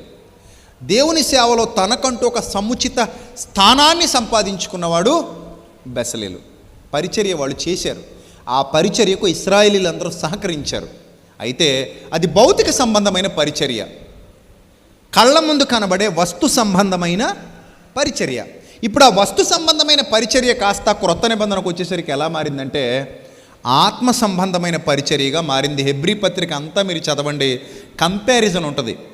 కంపారిజన్ అంటే గుడారాలు నేడున్నవేంటి, మందసం నేడేంటి, వస్తు సామాగ్రి నేడేంటి, ఆనాటి పరిస్థితులేంటి, ఈనాటి పరిస్థితులేంటి, ఇవన్నీ కూడా చాలా క్లియర్గా ఎక్స్ప్లెయిన్ చేస్తూ హెబ్రీ పత్రికలో చాలా విషయాలు రాసుకుంటూ వచ్చాడు. సో మీరు ఇదంతా గమనించినప్పుడు మనకేమర్థమవుతుందంటే అలనాడు చేసినటువంటి వస్తు సంబంధమైన పరిచర్య వేరు, ఈనాడు జరుగుతున్న ఆత్మ సంబంధమైన పరిచర్య వేరు. పాత నిబంధన కాలమైన కొత్త నిబంధన కాలమైన మనుషులతోనే దేవుడు తన పని జరిగించుకున్నాడు. మనుషులను ఎన్నుకున్నాడు, మనుషులను పిలుచుకున్నాడు, మనుషులను ఏర్పాటు చేసుకున్నాడు. వాళ్ళ ద్వారా దేవుడు గొప్ప పరిచర్య జరిగించుకున్నాడు. అలాగా ప్రతి తరంలో ఆయన కొరకు నిలబడిన వారు, ఆయన కొరకు పనిచేస్తున్నవారు, ఆయన ఏర్పాటు చేసుకున్నవారు ప్రతి తరంలో ఉండాలి, ఉంటారు. అలా దేవుడు నియమించుకుంటాడు. అలా వచ్చిన వాళ్ళమే ఈ రోజున క్రైస్తవులుగా, దేవుని పిల్లలుగా మనమందరం. అర్థమైందా? సో మరొక విషయాన్ని చూస్తే అదే నిర్గమకాండం 35వ అధ్యాయము. అదే నిర్గమకాండం 35వ అధ్యాయం. మరి బెసలేలు పని చేస్తాడు. పని చేయాలంటే మెటీరియల్ కావాలిగా, లోహం కావాలిగా, ముడిసరికి కావాలా వద్దా? కావాలా? పని చేసేవాడు ఉన్నాడు, ఓకే. మరి ముడిసరికి ఎవరిస్తారు? ముడిసరికి కూడా ఇవ్వాలి. నిర్గమకాండం 35వ అధ్యాయము 35వ అధ్యాయం 4వ వచనం చూడండి. మరియు మోషే ఇశ్రాయేలీయులైన సర్వ సమాజముతో ఇట్లనెను, దేవుడు ఆజ్ఞాపించినదేమనగా మీరు మీలో నుండి యెహోవాకు అర్పణము పోగు చేయుడి అన్నాడు. బెసలేలు పని చేయడానికి రెడీగా ఉన్నాడు, కానీ బెసలేలుకి ఏం కావాలి చెప్పండి? ఏం కావాలి? మెటీరియల్ కావాలి. మెటీరియల్ లేకుండా ఎంత వర్కర్ అయినా పని చేయగలడా? పని చేయలేడు కదా. ఎంత వర్కర్ అయినా సరే అతనికి ఏం కావాలి? మెటీరియల్ కావాలి. మెటీరియల్ ప్రొవైడ్ చేస్తే అతను పని చేస్తాడు. ఇప్పుడు దేవుడు మోషే ద్వారా ఇశ్రాయేలుకి ఆజ్ఞాపించాడు ఏమనంటే, నాయన ఆడు పని చేస్తాడు కాబట్టి, నేను జ్ఞానం ఇచ్చాను కాబట్టి కుమారుడికి, నా కుమారుడు పని చేస్తాడు కాబట్టి పని చేయడానికి కావాల్సిన మెటీరియల్ మొత్తం మీరు పోగు చేసి ఇవ్వండి అని అప్పగించాడు. బాగా అర్థం చేసుకోండి దేవుని వాక్యాన్ని. ఏమంటాడు ఇక్కడ? ఎట్లనగా బుద్ధి పుట్టిన ప్రతివాడు, అంటే బుద్ధి ఎవరు పుట్టిస్తారన్నమాట? దేవుడు పుట్టిస్తాడు. నువ్వు ఏం చెయ్యాలో నీకు దేవుడు నేర్పిస్తాడు. నువ్వు ప్రార్థించేటప్పుడే నీకు అర్థమైపోద్ది. కానీ కొంతమంది దాన్ని తొక్కేస్తారు, కొంతమంది దాన్ని ఏం చేస్తారు? తొక్కేస్తారు. ఇది దైవ ప్రభుత్వం. ఈ దైవ ప్రభుత్వంలో ఎవరికి ఏ పని నియమిస్తే ఆ పని చేస్తూ పోవాలి. ఆయన ఎవరికి ఏ ఆలోచన ఇస్తే ఆ ఆలోచన ప్రకారంగా ముందుకు పోవాలి. కానీ మానవ సంబంధమైన దుష్ట సంబంధమైన ఆలోచనల్ని ఇందులోకి తేకూడదు. చూడండి, మోషేను నాయకుడిగా నియమించాడు. మోషే నాయకుడు, అల్టిమేట్ నాయకుడు అంతే. ఆయన లీడర్, అల్టిమేట్ లీడర్షిప్ మోషే గారిది. అంత గొప్ప లీడర్షిప్ నాయకత్వం లక్షణాలు మోషే కలిగి ఉన్నాడు. మోషేకి దేవుడు ఆ పని అప్పగించాడు. కానీ కోరహు, దాతాను, అభిరామికి నచ్చలేదు. నువ్వేంది ఈ స్థితిలో ఉండడం ఏంటి, మేము ఎలా ఉండడం ఏంటి, నీకు మాకు ఏ తేడా లేదేంటి, మనం ఒకటే ఏంటి, నువ్వేంటి, నీ గొప్పతనం ఏంటి, గాడిద గుడ్డు కూచో కింద అన్నట్టు మాట్లాడి, నువ్వు రా కిందకి మేము వస్తాం పైకి అన్నట్టు చాలా ఇబ్బంది పెట్టారు. సో దానిని దేవుడు చాలా తీవ్రమైన నేరంగా పరిగణించాడు. నేను నీకు ఏ పని అప్పగించాను ఆ పన్ను చేయాలి. నువ్వు అందులో నిపుణత గలవాడివా కాదో కూడా చూసుకోవాలి. నీకు సామర్థ్యం ఉందా లేదో కూడా చూసుకోవాలి. ఆ పన్ను చేయాలంతే. ఎందుకంటే ఇది దేవుడు అప్పగించిన బాధ్యత, దేవుడు అప్పగించిన బాధ్యత. సో మోషే గారికి ఆ పని అప్పగించి, మోషే నాయకత్వంలో మీరు అర్పణం పోగు చేయండి అన్నాడు. అప్పుడు పుట్టింది అర్పణ. ఇవ్వడం అనేది అప్పుడు పుట్టింది. అర్పణ అనగానే మనం మనుషులకి ఇచ్చేది కాదు. అర్పణ అనగానే ఎవరికి ఇచ్చేది? దేవునికి ఇచ్చేది. ఒక పని జరుగుతోంది, పరిచర్య జరుగుతోంది, నువ్వు ఎవరికి ఇస్తానంటే మనుషులకు కాదు. మూర్ఖులు మాట్లాడతారు మనుషులకు చేస్తున్నట్టు. మనుషులకు చేసినట్టు భావించేవాళ్ళు మూర్ఖులు. మనుషులకు చేయట్లేదు. మనం ఎవరికి చేస్తున్నాం? దేవునికి చేస్తున్నాం. అర్థమైందా? నువ్వు దేవుని పని చేస్తున్నాననే ఫీలింగ్ ఉన్నప్పుడు అక్కడ ఇంక లెక్కలో కొలతలో ఉండవు. నేను నా తండ్రి కొరకు పని చేస్తున్నాను, నా తండ్రి పనుల మీద ఉండవలనని మీరు ఎరుగరా అని ప్రభు అన్నట్టుగా నా తండ్రి పని నేను చేస్తున్నాను అంతే. నేను అర్పణ తీసుకెళ్ళానా నా తండ్రి కొరకు, నా తండ్రి పరిచర్య కొరకు. నేను ఏదైనా పరిచర్యకి ఇస్తున్నానా అది నా కోసం కాదు, నా తండ్రి కోసం. నా తండ్రి నాకు ఎన్నో మేలులు చేశాడు, నా తండ్రి నన్ను ఎంతో హెచ్చించాడు, నా తండ్రి నన్ను దీవించాడు, నన్ను ఇంకా భవిష్యత్తులో హెచ్చించబోతున్నాడు, నన్ను ఆయన విడువడు ఎడబాయడు గనుక కృతజ్ఞత కలిగి నేను నా తండ్రి కోసం పనిచేస్తున్నాను, అర్పణ అర్పిస్తున్నాను తప్ప నేను నా కోసం కాదు, మనుషుల కోసం కాదు. ఇది ప్రతి ఒక్కరూ గుర్తుపెట్టుకోవాలి. నాడైనా నేడైనా విధి విధే. అది దైవ విధి, దైవ సంబంధమైన విధి. ఈ దైవ సంబంధమైన విధిలో వ్రాయబడినటువంటి మాట ఏమిటంటే, మీలో బుద్ధి పుట్టిన ప్రతివాడు యెహోవా సేవ నిమిత్తము అన్నాడు. చూడండి, నిర్గమకాండం 35:5. మీలో బుద్ధి పుట్టిన ప్రతివాడు యెహోవా ఏమి నిమిత్తము? సేవ నిమిత్తము అన్నాడు. సేవ నిమిత్తము.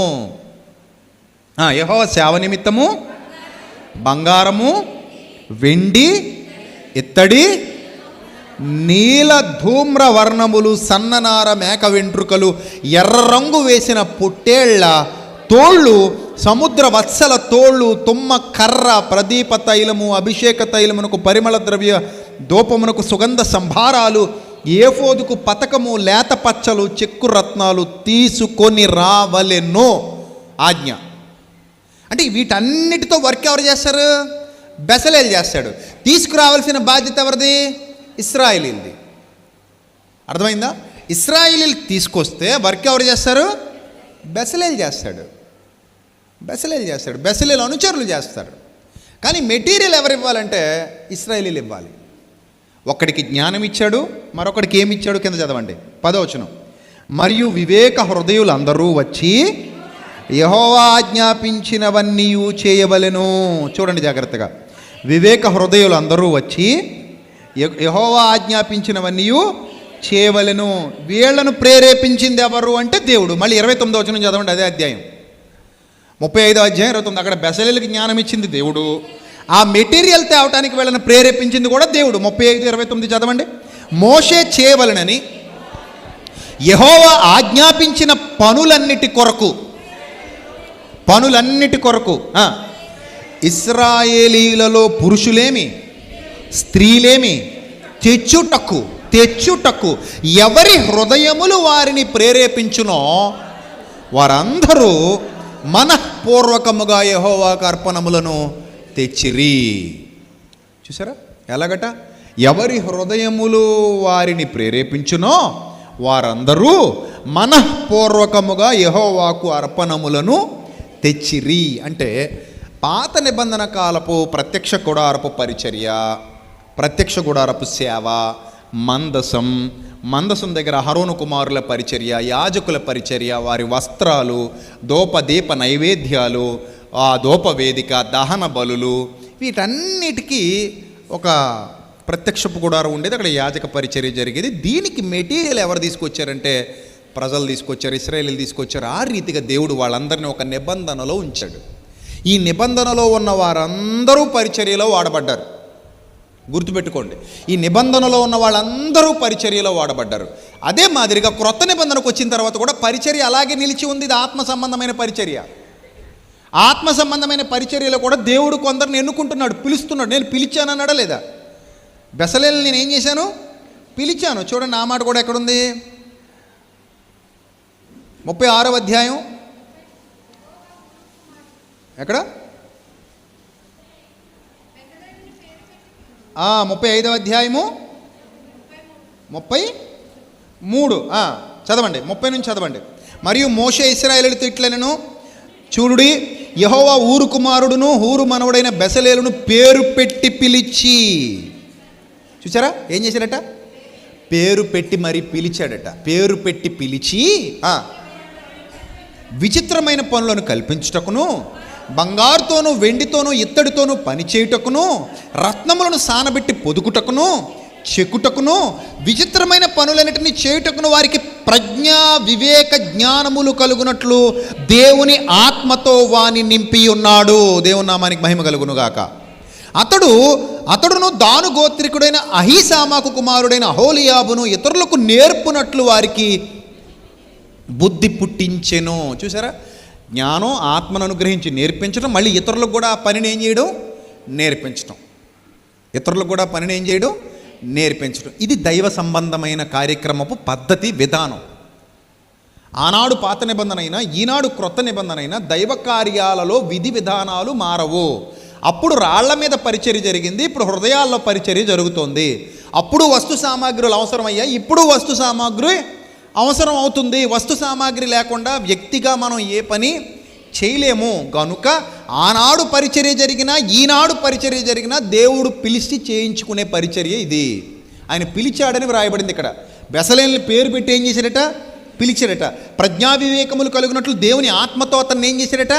నింపాడు. ప్రజ్ఞా వివేకం. చూడండి, ఒక్కొక్కరికి ఒక్కొక్క టాలెంట్ ఉంటుంది ఇక్కడ. ఎవరి టాలెంట్ వాళ్ళదే. ఆ టాలెంట్ ఉన్నవాడిని దేవుని పనికి ఉపయోగించుకుంటాం అంతే. అతనికి ఆ టాలెంట్ ఉంది, అతను ఆ పని చేయగలడు, లేదా ఆ అమ్మాయి ఆ పని చేయగలదు, ఆ అబ్బాయి ఆ పని చేయగలడు. ఆ పని చేయగలిగే సామర్థ్యం ఉన్న వాళ్ళని దేనికోసం వినియోగిస్తాం? దేవుని పని కొరకు వినియోగిస్తాం. అలా దేవుని పని కొరకు వినియోగింపబడటానికి నీకే ప్రజ్ఞ ఉంది, నీకే జ్ఞానం ఇచ్చాడు దేవుడు, నీకే వివేకం ఇచ్చాడు, నువ్వు ఎందులో సామర్థ్యం కలిగి ఉన్నావు, ఇప్పుడుకి నీకు ఉన్నటువంటి టాలెంట్ ఏంటి, ప్రజెంట్ నిన్ను అలా నిలబెడితే వాట్ ఈజ్ యువర్ టాలెంట్, నీలో ఏ సామర్థ్యం ఉంది? ఆ సామర్థ్యాన్ని నీకు ఇచ్చింది ఎవరు? దేవుడు. No doubt at all. అందులో ఆ సామర్థ్యాన్ని నీకు అనుగ్రహించిన వాడు దేవుడు. ఆ సామర్థ్యం నువ్వు దేవుని పని కొరకు వాడవలసిన వాడవు, వాడవలసిన దానవు, అంతే. అందులో ఎలాంటి సందేహం లేదు.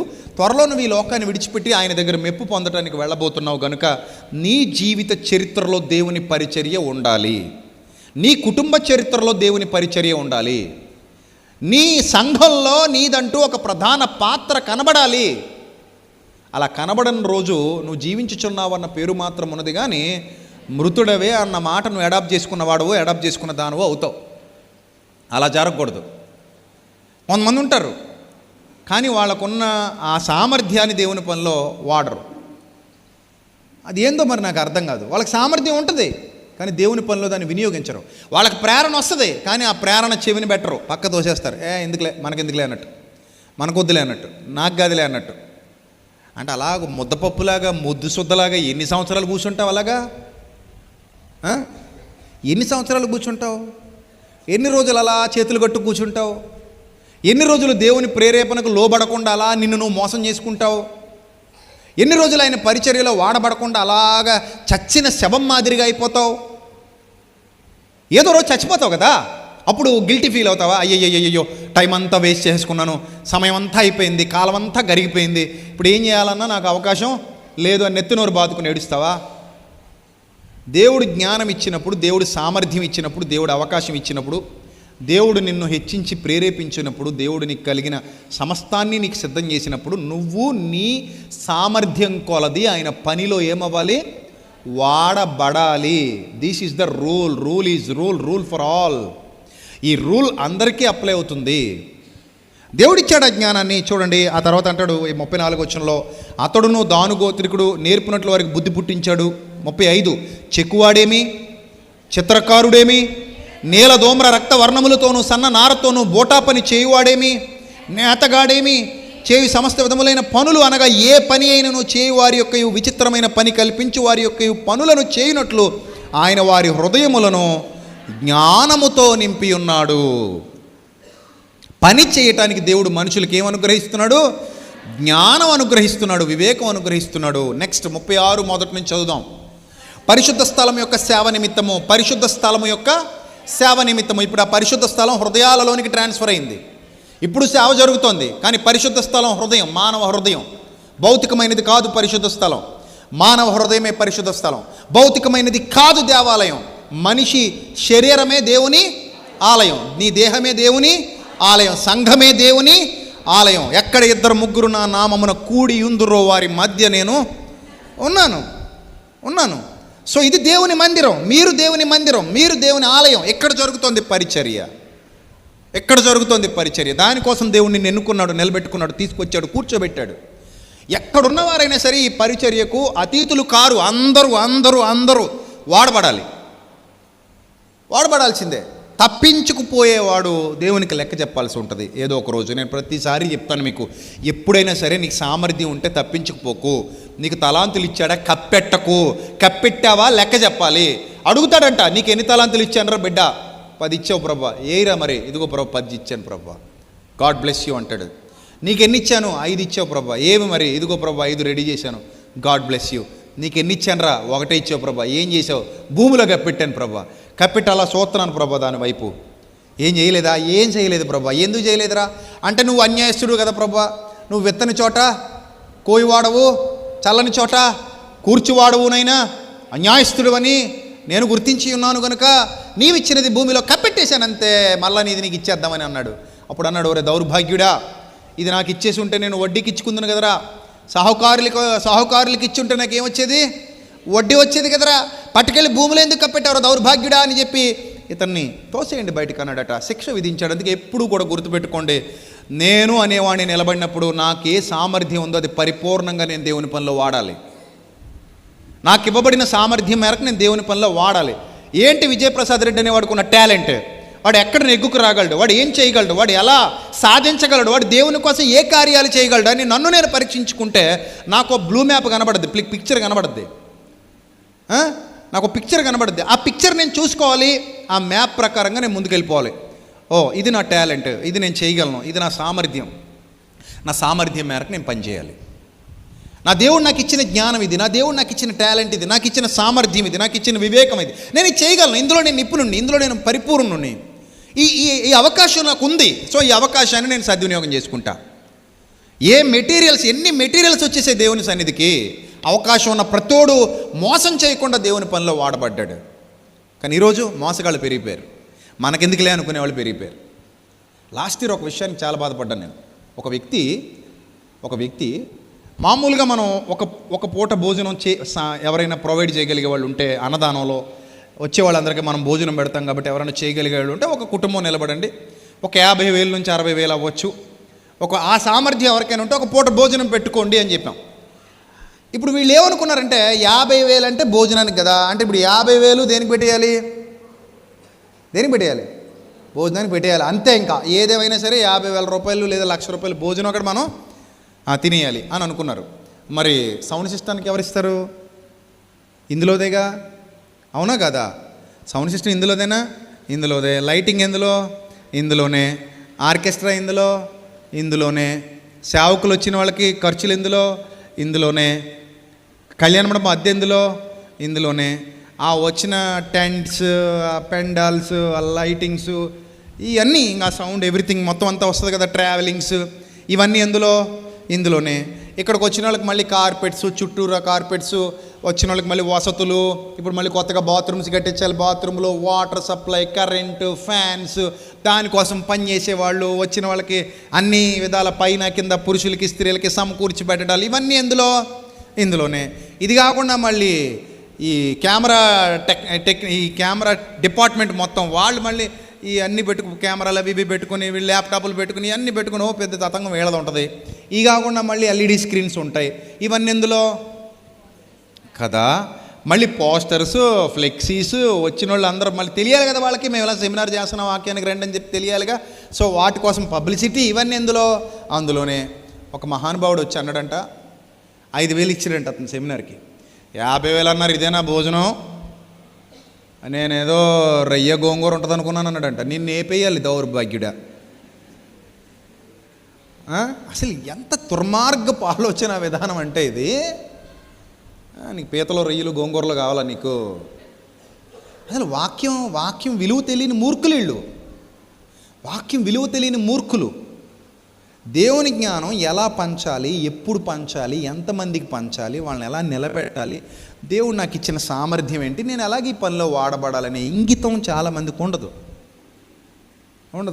సిద్ధపాటు ఉండదు. వాళ్ళు ఎవరో ఎడుతారు, మనకి ఎందుకులే అనుకుంటారు. సంఘంలో దేవుడు నిన్ను కూర్చోబెట్టాడంటే ఇది అందరి బాధ్యత.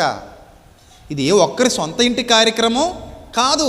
నువ్వు తప్పించుకుంటావా, తప్పించుకో, వద్దంటావా, వద్దు, వెళ్ళిపో. కానీ నీకు సామర్థ్యం ఉన్నా కప్పెట్టావంటే ఒకరోజు ఖచ్చితంగా నువ్వు దేవునికి ఏం చెప్పాలి, లెక్క చెప్పాలి. ఖచ్చితంగా లెక్క చెప్పాలి. చాలామంది ఉన్నారు అలాంటి వాళ్ళు. మండపేట పిల్లల్లో ఉన్నారు, రాజమండ్రి పిల్లల్లో ఉన్నారు, బలభద్రపురం పిల్లల్లో ఉన్నారు, సహకారులు ఉన్నారు, గొప్పవాళ్ళు ఉన్నారు. అంత మాత్రమే కాకుండా అక్కడక్కడ అరాకొర మరి గోధుమలతో పాటు గురుగులు కూడా ఉండాలిగా. గోధుమలతో పాటు ఏముండాలి, గురుగులు కూడా ఉండాలి. ఒక 2-3 కనబడతారు అలాంటి వాళ్ళు, ప్రతి సంవత్సరం కనబడతారు. వందలాది మంది, వేలాది మంది పిల్లలు చక్కగా దేవుని పరిచర్యలో వాడబడుతుంటే కొంతమంది దొంగలు తెలిసిపోతారు కదా మనకి, ఈడు దొంగ, ఈమె దొంగ, వీళ్ళు దేవుని పని చేయరు. కనీసం ఈ పొల్ల తీసి ఇక్కడ తీసి అక్కడ పెట్టరో, వంగరో, నడుము వంగదో, కాళ్ళు వంగో, చేతులు వంగో, టింగరంగా మనిషి శుభ్రంగా రెడీ అయ్యి ఇంత పౌడర్ డబ్బా రాసేసుకుని టైంకి వస్తారు, చక్క కూర్చుంటారు, వెళ్ళిపోతారు. ఏ పని పాట ఉండదు. పంది పిల్లలు నయం వీళ్ళకంటే, కనీసం ఏదో తిరుగుతాయి అటు ఇటు అయినా. సామర్థ్యం ఉండి, శక్తి ఉండి, బలం ఉండి దేవుని పరిచర్యలు ఎందుకు వెనకడుగేస్తున్నారు నాకు అర్థం కాదు.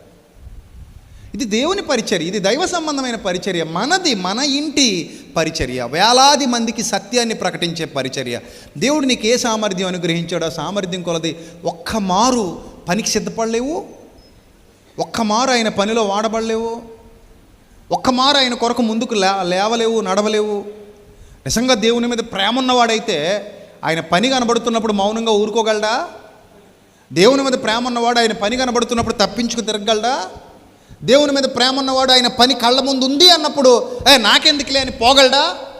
అసలు ఎంత గొప్ప అద్భుతం జరగబోతోంది. ఎన్ని వేల మంది సత్యానికి దగ్గర కాబోతున్నారు, ఎన్ని వేల మందికి వాక్యం పంచిపెట్టబడబోతోంది, ఎన్ని పడిపోయిన జీవితాలు కట్టబడబోతున్నాయి, ఎంతమంది రక్షణ పొందబోతున్నారు. ఇదంతా మనకు ఆశీర్వాదం కాదా, మనకు దీవెన కాదా? రేపొద్దున మరణశయ్య మీదకు వెళ్ళినప్పుడు నా మట్టుకు నేను ఒకటే అనుకుంటాను, నేను మంచం మీద పడుకొని నేను ఈరోజు నా లాస్ట్ డేట్, లేదా రేపు నా లాస్ట్ డేట్, నేను నా తండ్రి దగ్గరికి వెళ్ళిపోబోతున్నాను అనుకున్నప్పుడు నేను చచ్చే ముందు సంతృప్తిగా చచ్చిపోతా అని ఇప్పటికీ అనుకుంటా. నిజం, నేను చచ్చే ముందు సంతృప్తిగా చచ్చిపోతా. ఎందుకంటే నేను చాలామందిని ఆత్మీయంగా నిలబెట్టే పరిచర్యలో ఒక సాధనంగా వాడబడ్డాను. ఆ సంతృప్తి నాకు ఎప్పటికీ ఉంటుంది, ఎప్పటికీ ఉంటుంది. నా వల్ల ఇంత మేలు జరిగింది, నా వల్ల ఇంత పని జరిగింది, నేను కప్పెట్టలేదు నాకున్న టాలెంట్ని. కప్పెడితే నాతోనే పోయేది, కప్పెట్టలేదు. నాకున్న సామర్థ్యాన్ని నేను దేవుని సన్నిధిలో వినియోగించగలిగాను. నేను పరిపూర్ణ నమ్మకస్తుడుగా, మనుషులు చూస్తున్నారని కాదు, దేవుడు చూస్తున్నాడని చేశాను అనే సంతృప్తితో నేను మంచం మీద పడుకొని కన్ను మూసే రోజు వస్తే అది నా వృద్ధాప్యంలో రావాలని ఎప్పటికీ అనుకుంటా. నేను వృద్ధుడిని అయిన తర్వాత ఒకవేళ ప్రభు చిత్తం అయితే అంత దూరం బండి ముందుకు వెళ్తే ఏ ఆటంకాలు లేకుండా అప్పుడు మనస్ఫూర్తిగా తండ్రి నీ సన్నిధికి రావడానికి ఐఎమ్ రెడీ, మంచి పోరాటము పోరాడి తిని, నా పరుగు కడముట్టించి తిని, ఇదిగో ప్రభువా నేను సిద్ధంగా ఉన్నాను, నన్ను తీసుకెళ్ళిపో ప్రభువా, చాలు ప్రభువా నా పరిచర్య సమాప్తమైంది, నేను ఇంటికి వచ్చేద్దాం అనుకుంటున్నాను తండ్రి, ఇక నేను ఇక్కడ ఉండలేను, నేను పరదేశిని యాత్రికుడిని, నన్ను ఇంటికి తీసుకెళ్ళిపో ప్రభువా, ఇది నా ఇల్లు కాదు ప్రభువా, నన్ను నా ఇంటికి తీసుకెళ్ళిపో, నేను మన ఇంటికి వచ్చేస్తాను తండ్రి, అదే మన ఇల్లు, అక్కడే నేను శాశ్వత కాలం ఉండాలనుకుంటున్నాను, నన్ను మన ఇంటికి తీసుకెళ్ళిపో నాన్న అని అడగగలిగే గొప్ప యోగ్యత ఎప్పుడు వస్తుందా మనకి? కప్పెడితే వస్తుందా? కప్పెడితే వస్తుందా? రాదు, రాదు. అసలు దేవుని పని అంటే నిజంగా, అందుకే ఈ సంవత్సరం సత్యవాక్య పండుగలు అని టైటిల్ పెట్టడానికి గల కారణం ఏంటో తెలుసా? నీకు అసలు విషయం అర్థం కావాలని. నువ్వు లేకపోతే ఇంకో పండుగ ఉందనుకుంటున్నావు. ఇది కదరా నాయన అసలైన పండుగ, మనిషిని నిలబెట్టే పండుగ రా ఇది, మనిషి జీవితాన్ని కట్టే పండుగ, మనిషిని మనిషిగా తీర్చిదిద్దే పండుగ, అంతే కదా. పట్టుకెళ్ళి ఒక కోడిని సంకనేసుకెళ్ళిపోతే సరిపోద్దా నువ్వు? ఒక కోడిని సంకనేసుకుని 10,000 రూపాయలు జేబులు వేసుకుంటే సరిపోద్దా? పేకల కట్ట పట్టుకుని వెళ్ళిపోతే సరిపోద్దా? జ్ఞానం తెలియని వయసులో మేము ఆడేవాళ్ళం ఇలాంటి ఆటలన్నీ. కానీ జ్ఞానం అర్థమయ్యాక చాలా తప్పు చేసామనిపించింది. This is not right path, this is not right way, ఈ వేలో మనం వెళ్ళకూడదు అని నిజమైన పండగ ఏంటో అర్థమైంది. ఒక పాపిని రక్షిస్తే పరలోకమందు గొప్ప సంతోషం, నశించిపోతున్న ఒక వ్యక్తిని నిలబెట్టగలిగితే పరలోకమందు గొప్ప సంతోషం. ఆ పరిచర్యలో నేను వాడబడితే అరే దాన్ని మించిన ఆనందం ఎక్కడుంది? దాన్ని మించిన సంతోషం ఎక్కడుంది? దేవుని సన్నిధి కంటే ఆనందం ఎక్కడుంది? దేవుని వాక్య ప్రకటన కంటే, వాదించి ఒప్పించి గెలవడం కంటే ఆనందం ఎక్కడుంది? నిజాన్ని ఒప్పించడంలో ఉన్న సంతోషం ఎక్కడుంటుంది? సత్యాన్ని నిరూపించడంలో ఉన్న సంతోషం ఇంకెక్కడ దొరుకుతుంది అని అనుకున్నప్పుడు ఆ పరిచర్య మనల్ని లాక్కుంటుంది, ఆకర్షిస్తుంది. లేదు అనుకుంటే ఇంతే, ఇలాగైపోద్ది జీవితం, మనకెందుకులే అనుకుంటాం. చాలామంది ఉన్నారు అలా అనుకునేవాళ్ళు. ప్రారంభంలో చక్కగా పరిచర్య చేసిన వాళ్ళు, ప్రారంభంలో చక్కగా సహకరించిన వాళ్ళు, చాలామంది కుటుంబాలతో సహా వెనక్కి తగ్గిపోయిన వాళ్ళు ఉన్నారు. కానీ నేను వాళ్ళందరి కోసం ప్రతిదినం ప్రార్థన చేస్తాను, ప్రతిదినం మానక ప్రార్థన చేస్తాను. తండ్రి ఆ కుటుంబాన్ని దీవించండి, ఆ కుటుంబాన్ని ఆశీర్వదించండి, వారిని బలపరచండి, స్థిరపరచండి, మీ కృపలో భద్రపరచండి. అది సేవకుడిగా నా బాధ్యత, అది సేవకుడిగా నా విధి, నా ధర్మం. మోషేని ఎలాగైతే నాయకుడిగా నిలబెట్టుకున్నాడో, మోషే ఎలాగైతే ప్రజలను మంచి మార్గంలో నడిపించాడో, అలాగే ఒక నాయకత్వాన్ని నాకు ఇచ్చినప్పుడు నేను కూడా నా సంఘాలను మంచి స్థితిలో నిలబెట్టాలి, నడిపించాలి, వాళ్ళకి జ్ఞానం ఇవ్వాలి, వివేకం ఇవ్వాలి, అంతే, అది నా బాధ్యత. అలాగే ప్రపంచవ్యాప్తంగా దేవుడు నన్ను ఎక్కడికి నడిపిస్తాడో ప్రతి చోట నేను ఆ దేవుని జ్ఞాన సంపదను వెదజల్లి రావాలి, వాళ్ళ హృదయాలకు ఆ జ్ఞానాన్ని అందించగలగాలి. ప్రతి ప్రసంగంలో దేవుని లక్షణాలు కనబడాలి, దేవుని ఆలోచనలు కనబడాలి, దేవుని ఉద్దేశాలు కనబడాలి, ఆ చరిత్ర వినబడాలి. అలా నన్ను నేను తర్పీదు చేసుకోవాలి, అలా నన్ను నేను సిద్ధం చేసుకోవాలి, చెక్కుకోవాలి, నిలబెట్టుకోవాలి, నడవాలి. ఇది ప్రతి ఒక్కరి ఆలోచన విధానం కావాలి. ఆడెవడో పడతాళ్లే నాకెందుకు అనుకుంటే ఎప్పుడు జరుగుతుంది? ఇప్పుడు బెసలేలుని నిలబెట్టుకున్నాడు దేవుడు. బెసలేలు జ్ఞానం ఇచ్చేసావు కదా ప్రభా, అయితే నీ పని చేయను ప్రభా, బయట మంచి గిరాకీలు ఉన్నాయి పోతాను ప్రభా అన్నాడు అనుకో. ఫరో ఇంట్లో చేయడానికి మంచి ఆఫర్ వచ్చింది పోతాను అన్నాడు అనుకో. ఏంటి పరిస్థితి ఇప్పుడు? ఫరో ఇంటికి అంతఃపురం కడతాను వెళ్ళి, ఫరో అంతఃపురం కడతాను వెళ్ళి, నువ్వు ఇచ్చిన జ్ఞానంతో ఏం కడతాను? ఫరో అంతఃపురం కడతాను, ఐగుప్తు కోటలు కడతాను, నీ పని మాత్రం చేయను అన్నాడు. అంటే అది న్యాయమా? దేవుడిచ్చిన జ్ఞానం మొదట దేవునికి ఉపయోగించిన తర్వాత నీ ఇష్టం, నువ్వు ఏదైనా చెయ్యి, తప్పులేదు, వాడుకో, తప్పులేదు. కానీ మొదట నీ జ్ఞానాన్ని ఎక్కడ వాడాలి? దేవుని సేవలో వాడాలి. నీ సామర్థ్యాన్ని ఎక్కడ వాడాలి? దేవుని సేవలో వాడాలి. నీకున్న టాలెంట్ ఎక్కడ వాడాలి? దేవుని సేవలో వాడాలి. బైబిల్ చదవరా అంటాను ఒకడిని, ఇప్పుడు కాదు ఇంకో సంవత్సరం టైం ఉంది అంటాడు. పాట పాడరా దరిద్రుడా అంటాను ఒకడిని, ఇప్పుడు కాదు నాకు ముహూర్తం రావాలంటాడు ఒకడు ప్రార్థన చేయరా అంటాను, దున్నపోతులాగా పెరగడం తప్ప ప్రార్థన కూడా చేయడు ఒకడు. పేర్లు చెప్తే ఎడుతారు, ఇక్కడే ఉన్నారు వాళ్ళు. వీళ్ళకి అసలు ఏమి చెప్పాలో, ఎన్నిసార్లు చెప్పాలో, ఎలా చెప్పాలో అర్థం అవుతుంది. కానీ తినండ్రా అంటే మాత్రం కక్క తిని పక్క పడుకుంటారు అంతే. ఆడవాళ్ళలోనూ ఉన్నారు, మగవాళ్ళు. మరి ఎప్పుడు డెవలప్ అవుతారు? ఇదేమన్నా ఒక్కడిదా? అందరిది. దేవుడు అందరికి ఇస్తాడు సామర్థ్యం. నువ్వు ముందుకు వస్తే అందరికి ఇస్తాడు. మీకు సీక్రెట్ చెప్పనా? స్టార్టింగ్లో నేను ఇంకా అప్పటికి మారు మనసు పొందలేదు. కానీ ఒక దైవజనుడు, నాకు రాజమండ్రికి చెందిన ఒక దైవజనుడు తెలుసు బాగా, వాళ్ళతో కలిసి నేను ట్రావెల్ చేసేవాడిని, మీటింగ్స్ కూడా పెట్టించేవాడిని. అంటే అప్పుడప్పుడే నేను వాక్యంలోకి వస్తున్నాను, ఇంకా నాకు సత్యం తెలియదు. అలా చేస్తున్నటువంటి టైంలో వాళ్ళు వాక్యం చెప్తుంటే చూసి అబ్బాయిలు భలే మాట్లాడుతున్నారబ్బా అనుకునేవాడిని. మనం ఇలా మాట్లాడలేము అనుకునేవాడిని. కానీ వాళ్ళు భలే మాట్లాడుతున్నది సత్యం కాదు. అప్పటికి నాకు ఆ సంగతి తెలియదు. సర్లే అలా చూస్తూ ఉన్నప్పుడు ఒకరోజు నేను ఇంట్లో ఉన్నప్పుడు అద్దం ముందు నిలబడి నేను వాక్యం మాట్లాడుకుంటున్నాను నాతో నేను. అది నేను చేసుకునే ప్రాక్టీస్ అని కూడా నాకు తెలియదు అప్పటికి. ఎందుకంటే చిన్నప్పటి నుంచి ఎప్పుడు మైకులు పట్టుకుని మాట్లాడిన చరిత్ర నాకు లేదు. అంత చిన్నప్పటి నుంచి ఏదో మైకులు పట్టేసుకోవడం, మాట్లాడేయడం, పబ్లిక్ మీటింగ్లో మాట్లాడేయడం, పబ్లిక్కి వెళ్ళి వాకింగ్ చెప్పడం ఇలా ఎప్పుడూ లేదు మనంతా ఆవారా బ్యాచ్ చిన్నప్పటి నుంచి కూడా. సో అలాంటి స్థితిలో నేను అద్దం ముందు నిలబడి నేను వాక్యం చెప్పుకుంటున్నా చాలా సంవత్సరాల కిందట, దాదాపు 17-18 సంవత్సరాల కిందట మాట చెప్తున్నాడు మీకు. నేను ఆ వాక్యం చెప్పుకుంటున్నప్పుడు నాకు తెలీదు భవిష్యత్తులో దేవుడు నాకు ఇచ్చిన ఈ టాలెంట్, దేవుడు నాకు ఇచ్చిన జ్ఞానంతో నేను వాక్యం ప్రకటించబోతాను అని. కానీ ఆ రోజు వేయబడిన చిన్న పునాది అద్దం ముందు, మా ఇంట్లో ఇలా పొడుగు అద్దం ఉండేది, మరి ఇప్పుడు ఉందో పోయిందో నాకు తెలియదు, అది ఏదో అయిపోయి ఉంటుందిలే, ఉండదు అది. దానికి ఏదో ఒక అద్దం ఉండేది, దానికి ఏ ఉండేది, దాని ముందు నిలబడి మాట్లాడుకుంటూ ఉండేవాడిని. సో అలా చిన్న పునాది చిన్నగా మొదలుపెట్టింది. నాలో ఎంత అగ్నిపర్వతం ఉందరా నాయన అని తర్వాత అర్థమైంది. పైకి కనబడదు, చాలా ఉంది మన లోపల డెప్త్. అదంతా బయటకు వస్తే చాలామందిని ఏదో మనుష్యులను పట్టు జాలరిగా చేస్తానన్నాడు దేవుడు. మనుష్యులను పట్టు జాలరిగా చేస్తా, ఆ వల వదిలేసి వచ్చే అన్నాడు. నువ్వు ఆ వల వదిలే, నువ్వు వాడాల్సిన వాళ్ళు అది కాదురా నాయన, నీకు ఇంకో వల ఉందో సిద్ధం చేశా, నువ్వు అది వదిలేసి వచ్చేయి, మీరు వలలు విడిచిపెట్టి నన్ను వెంబడించండి, మిమ్మల్ని మనుష్యులను పట్టు జాలరులుగా చేస్తానన్నాడు. సో మనకున్న సామర్థ్యాన్ని దేవుని పనులు ఏం చేయాలి? వాడాలి. నీకున్న టాలెంట్ ఏంటి, నీకున్న సామర్థ్యం ఏంటి, నీ దగ్గర ఉన్న వనరులు ఏంటి, నీకున్న ఆధిక్యత ఏంటి, వాటిని ఏం చేయాలి? నువ్వు ఉపయోగించు. అలా కప్పెట్టేస్తానంటే అలా కుదురుతుంది. అవి నేను ఏం చేయనండి, నాకు వద్దండి బాబు ఇది అంటావా? ఎందుకు వద్దు? దేనికి భయపడాలి? లోకంలో వ్యర్థమైన విషయాలు సిగ్గు లేకుండా చేస్తున్నారు, చూస్తున్నారా? రోడ్ల మీదకి వచ్చి వ్యర్థమైనవి, పనికిరాని వాటికి సిగ్గుపడట్లేదు అవిశ్వాసులు. కానీ ఒక విశ్వాసిగా ప్రయోజనకరమైన దానికి సిగ్గుపడితే ఎలా? సిగ్గుపడాల్సిన పని లేదు. నువ్వు ధైర్యంగా దేవుని పనిలో వాడబడాలి, ధైర్యంగా దేవుని పని చేయాలి, ధైర్యంగా ఆయన చిత్తాన్ని జరిగించాలి. చివరిగా ఈ నిర్గమకాండం చూసుకుని ముగించుకుందాం. నిర్గమకాండం 36 పరిశుద్ధ స్థలము యొక్క సేవ నిమిత్తము ప్రతి విధమైన పని చేయ తెలుసుకొనుటకై యెహోవా ఎవరికి ప్రజ్ఞా వివేకములు కలుగజేసెనో అట్టి బెసలేలును అహోలియాబును మొదలైన ప్రజ్ఞావంతులందరూ యెహోవా ఆజ్ఞాపించిన అంతటి చొప్పున చేయుదురనెను. చూసారా? ఆజ్ఞాపించిన అంతటి చొప్పున వాళ్ళు ఏం చేశారు?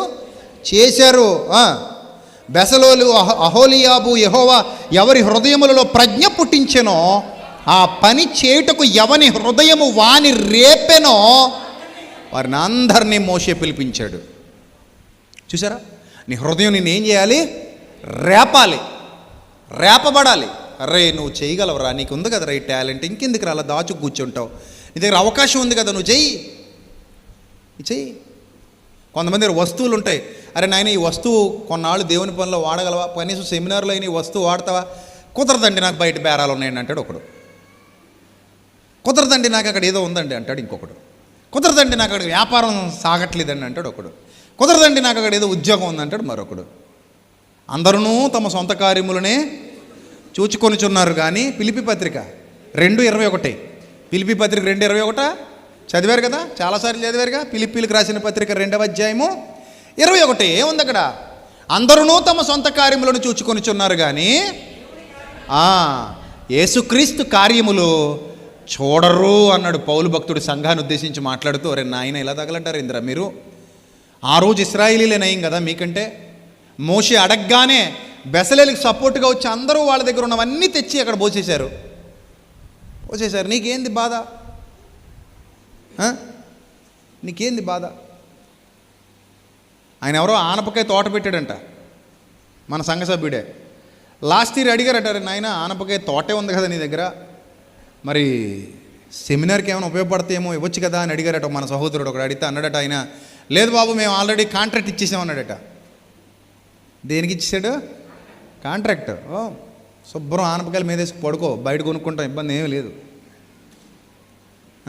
సో అంటే ఏంటి, మనకు అవకాశం ఉన్నా కూడా రే ఇది ప్రభు పరిచయం, పోనీ అవి ఏమైనా మనం తింటామా? అన్నదానానికే కదా, వచ్చిన వాళ్ళందరూ తింటారు కదా, దేవుని పిల్లలు తింటారు కదా, తప్పే ఉంది దానికి? తప్పే ఉంది? నీ బోలెడ సంవత్సరం అంతా నీకు ఆ స్థితి కలుగజేసింది ఎవరు? దేవుడే కదా. అరే 10 మందికి పెడితే తప్పేంటి? పోనీ ఏమైనా లక్షల రూపాయలు అయిపోతే కొన్ని ఆనపకాయలు ఇస్తే ఏమైపోద్ది? అప్పుడే అన్న నువ్వు ఎందుకు అడిగావయ్యా, అలాగ అడక్కు, కొనుక్కుందాంలే అన్న.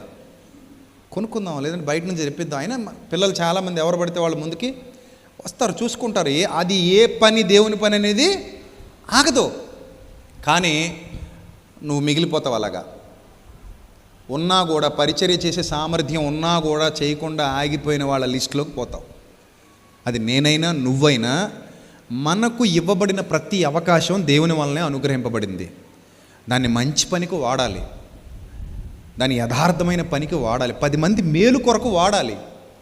అది ఆయన చిత్తం. ఆయన చిత్తాన్ని జరిగించడానికి నువ్వు నేను కూడా ప్రధాన పాత్రలుగా నిలబడాలి. ఇది దేవుని వాక్యం సెలవిస్తుంది, రాయబడింది ఇందులో. అంతేగాని నాకు అవసరం లేదులే, నేను చూసుకుంటానులే అనుకుంటే అది ఎంత దారుణమైన స్థితి, ఎంత దారుణమైన స్థితి. కుటుంబాల్లో కొంతమంది ఉంటారు, ముఖ్యంగా ఉమ్మడి కుటుంబాల్లో కొంతమంది ఉంటారు. వాళ్ళు ఏంటంటే తండ్రి మీద పడి తిని, తల్లి మీద పడి తిని, అన్న మీద పడి తిని, చెల్లి మీద పడి తిని, అక్క మీద పడి తిని, తమ్ముడి మీద పడి తిని తింటారు. వీళ్ళ దగ్గర ఉన్నది మాత్రం లోపల దాచేస్తారు. పనికి పని వస్తే వాళ్ళకి ఏమి ఇవ్వరు, వీళ్ళు మాత్రం దాచేసుకుంటారు. కానీ ఉమ్మడి కుటుంబంలో ఉన్నామని చెప్తారు. అది మోసమా కాదా? మోసమా కాదా? మోసం. మీ అమ్మా నాన్న నువ్వు అందరూ కలిసి ఉన్నారంటే మీ నాన్న సంపాదన నువ్వు తింటున్నప్పుడు నీ సంపాదన కూడా ఎవరికి ఇవ్వాలి? మీ నాన్నకి ఇవ్వాలి. మీ అమ్మ సంపాదన నువ్వు తింటున్నప్పుడు కూతురుగా నీ సంపాదన కూడా ఎవరికి ఇవ్వాలి? మీ అమ్మకి ఇవ్వాలి. అది రూల్ అది. కానీ నేను వాళ్ళ మీద పడి తింటా, కానీ వాళ్ళకి మాత్రం ఏమి ఇవ్వను అంటే అది ఎంత దుర్మార్గపు స్వభావము. సంఘాలలో కూడా కొంతమంది ఉంటారు, సంఘానికి వెళతా కానీ నేను మాత్రం దేవుని పనిలో ఉండను, సంఘంలో పాత్రగా వాడబడతా కానీ పరిచర్యలో మాత్రం సహకరించను, నాకున్న సామర్థ్యాన్ని నేను వినియోగించను, కప్పెడతానంటే అది మోసం. అది మోసం.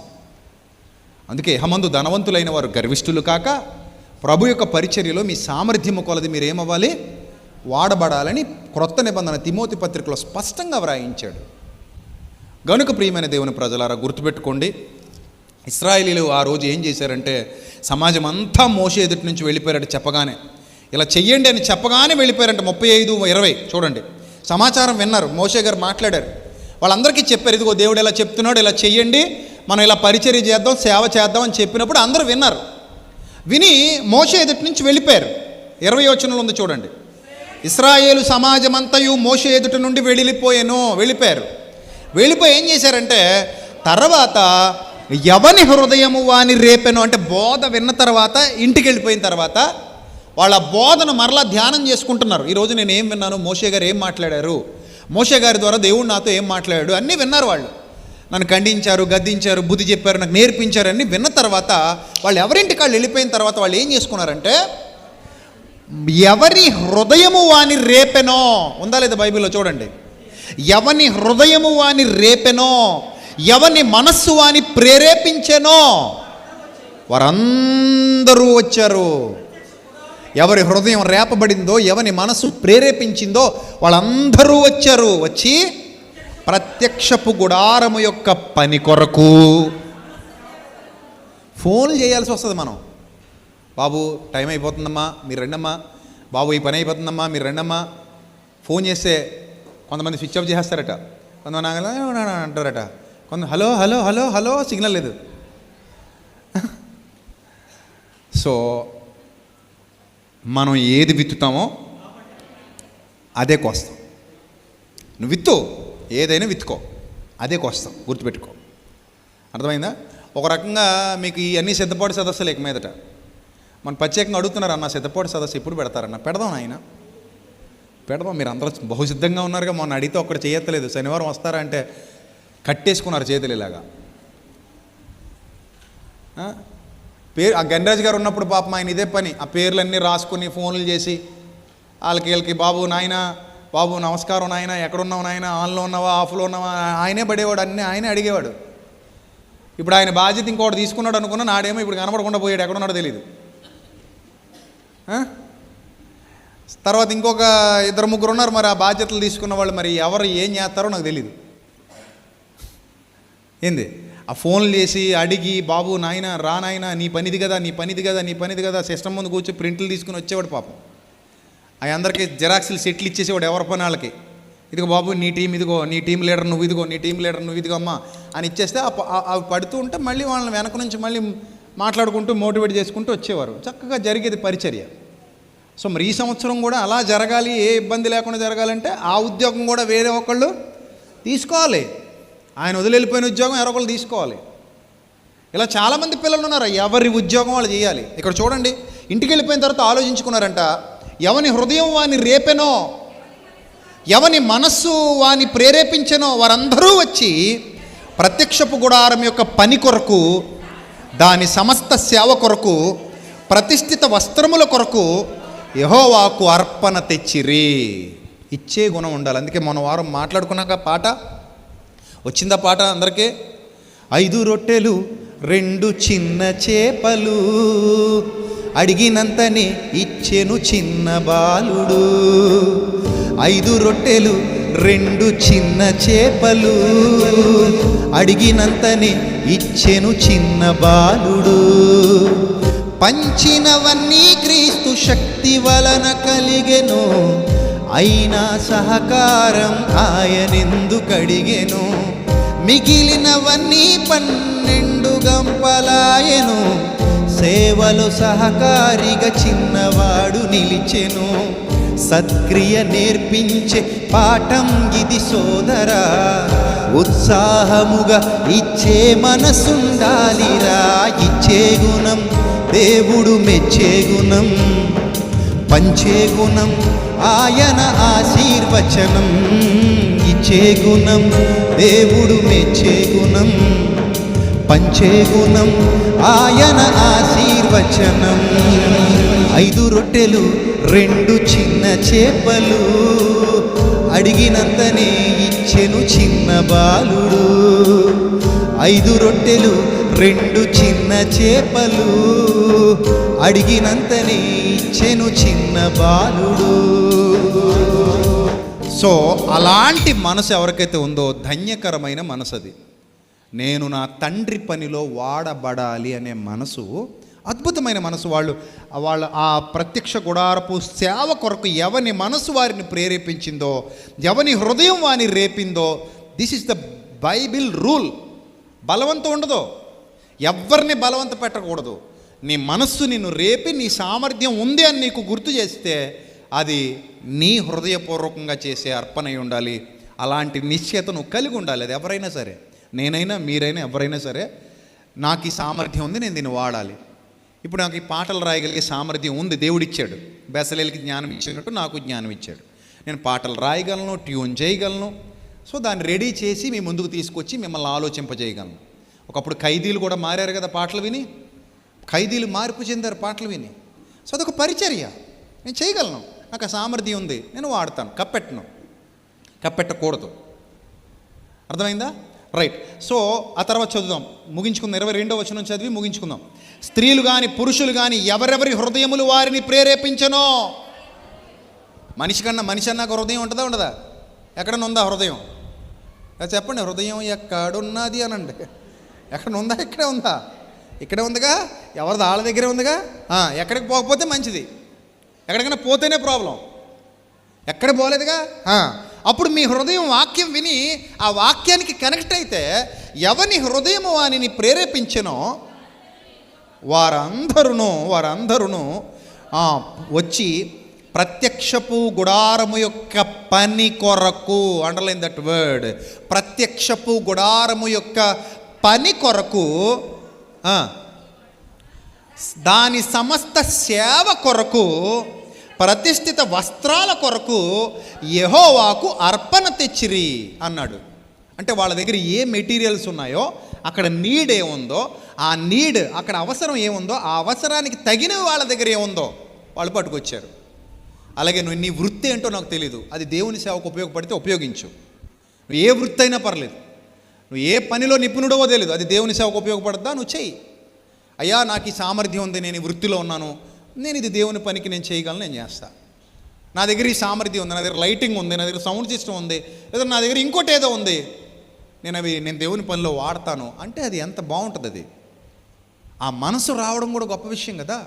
చాలామందికి ఆ మనసు రాదు.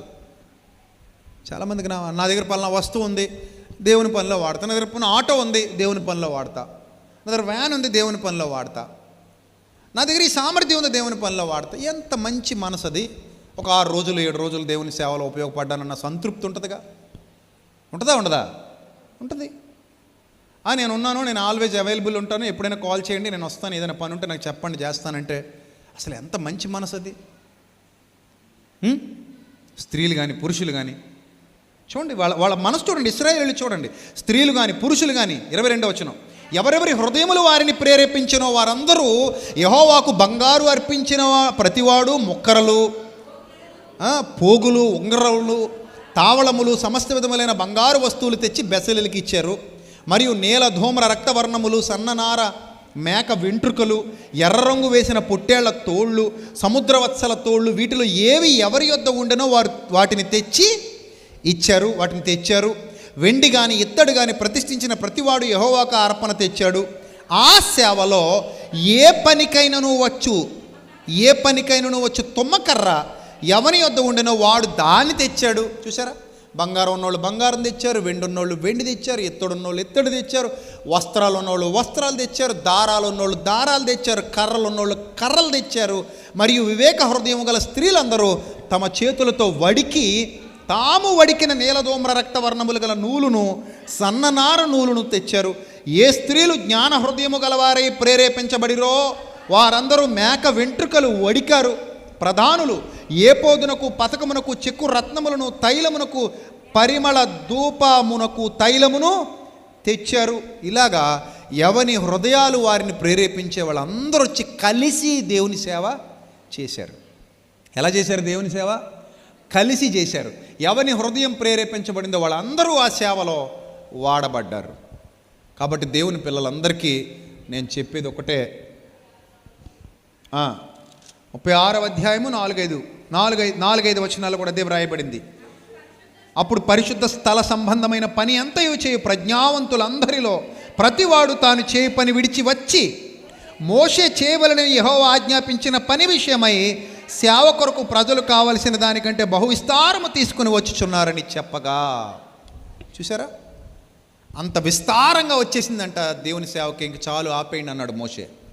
చాలు నాయన, పనికి సరిపడినంత సామాగ్రి మీరు తీసుకొచ్చారు, పనికి సరిపడినంత సేవకుల్ని మీరు తీసుకొచ్చారు. కష్టపడే వాళ్ళు ఉన్నారు, ఇచ్చేవాళ్ళు ఉన్నారు, చేసేవాళ్ళు ఉన్నారు. జరిగే పరిచర్య ఎలా జరుగుతోంది? ఇప్పుడు ఘనంగా జరుగుతోంది. అది సేవా విధానం. మోషే పరిశుద్ధ స్థలమునకు ఏ పురుషుడైనా స్త్రీ అయిన మీదట ఏ అర్పణ తేవద్దని ఆజ్ఞాపించారట. ఎందుకంటే వాళ్ళు తెచ్చిందంతగా అంత మంచి మనస్సుతో తెచ్చారు వాళ్ళు. అది నిజముగా దేవుని పరిచర్య అందరూ బాగుండాలి, అందరూ ఆశీర్వదింపబడాలి, అందరూ మేలు పొందుకోవాలని మనస్ఫూర్తిగా కోరుకునే ప్రతివాడు నిన్ను వలె నీ పొరుగువాడిని ప్రేమించాలి. ఇది నా సామర్థ్యం, నేను చేయగలను అని అనుకున్న ప్రతివాడు తన సామర్థ్యం మేర దేవుని సేవలో కష్టపడాలి. అలాంటి గొప్పదైన అవకాశాన్ని దేవుడు మనకి ఇచ్చాడు.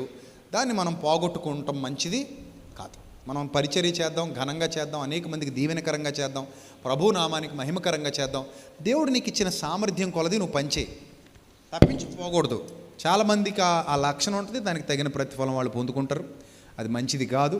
సో నీకు ఉన్న పరిధి మేరకు, నీకున్న సామర్థ్యం మేరకు దేవుని సేవలో వాడబడటం ద్వారానే మనం ఆయన ఎదుట ఏం పొందుతాం? మెప్పు పొందుతాం. యేసు ప్రభు తల్లిదండ్రులతో అదే అన్నాడు, నా తండ్రి పనుల మీద నేను ఉండవలనని మీరు ఎరుగరా అన్నారు. సో ఆ రీతిగా మీరు అందరూ కష్టపడాలని మనస్ఫూర్తిగా కోరుకుంటున్నాను. ఈ వాక్యం మీ హృదయాలలో 30 అంతలుగా 60 అంతలుగా 100 అంతలుగా దేవుడు ఫలింపజేయునుగాక. ఆమేన్.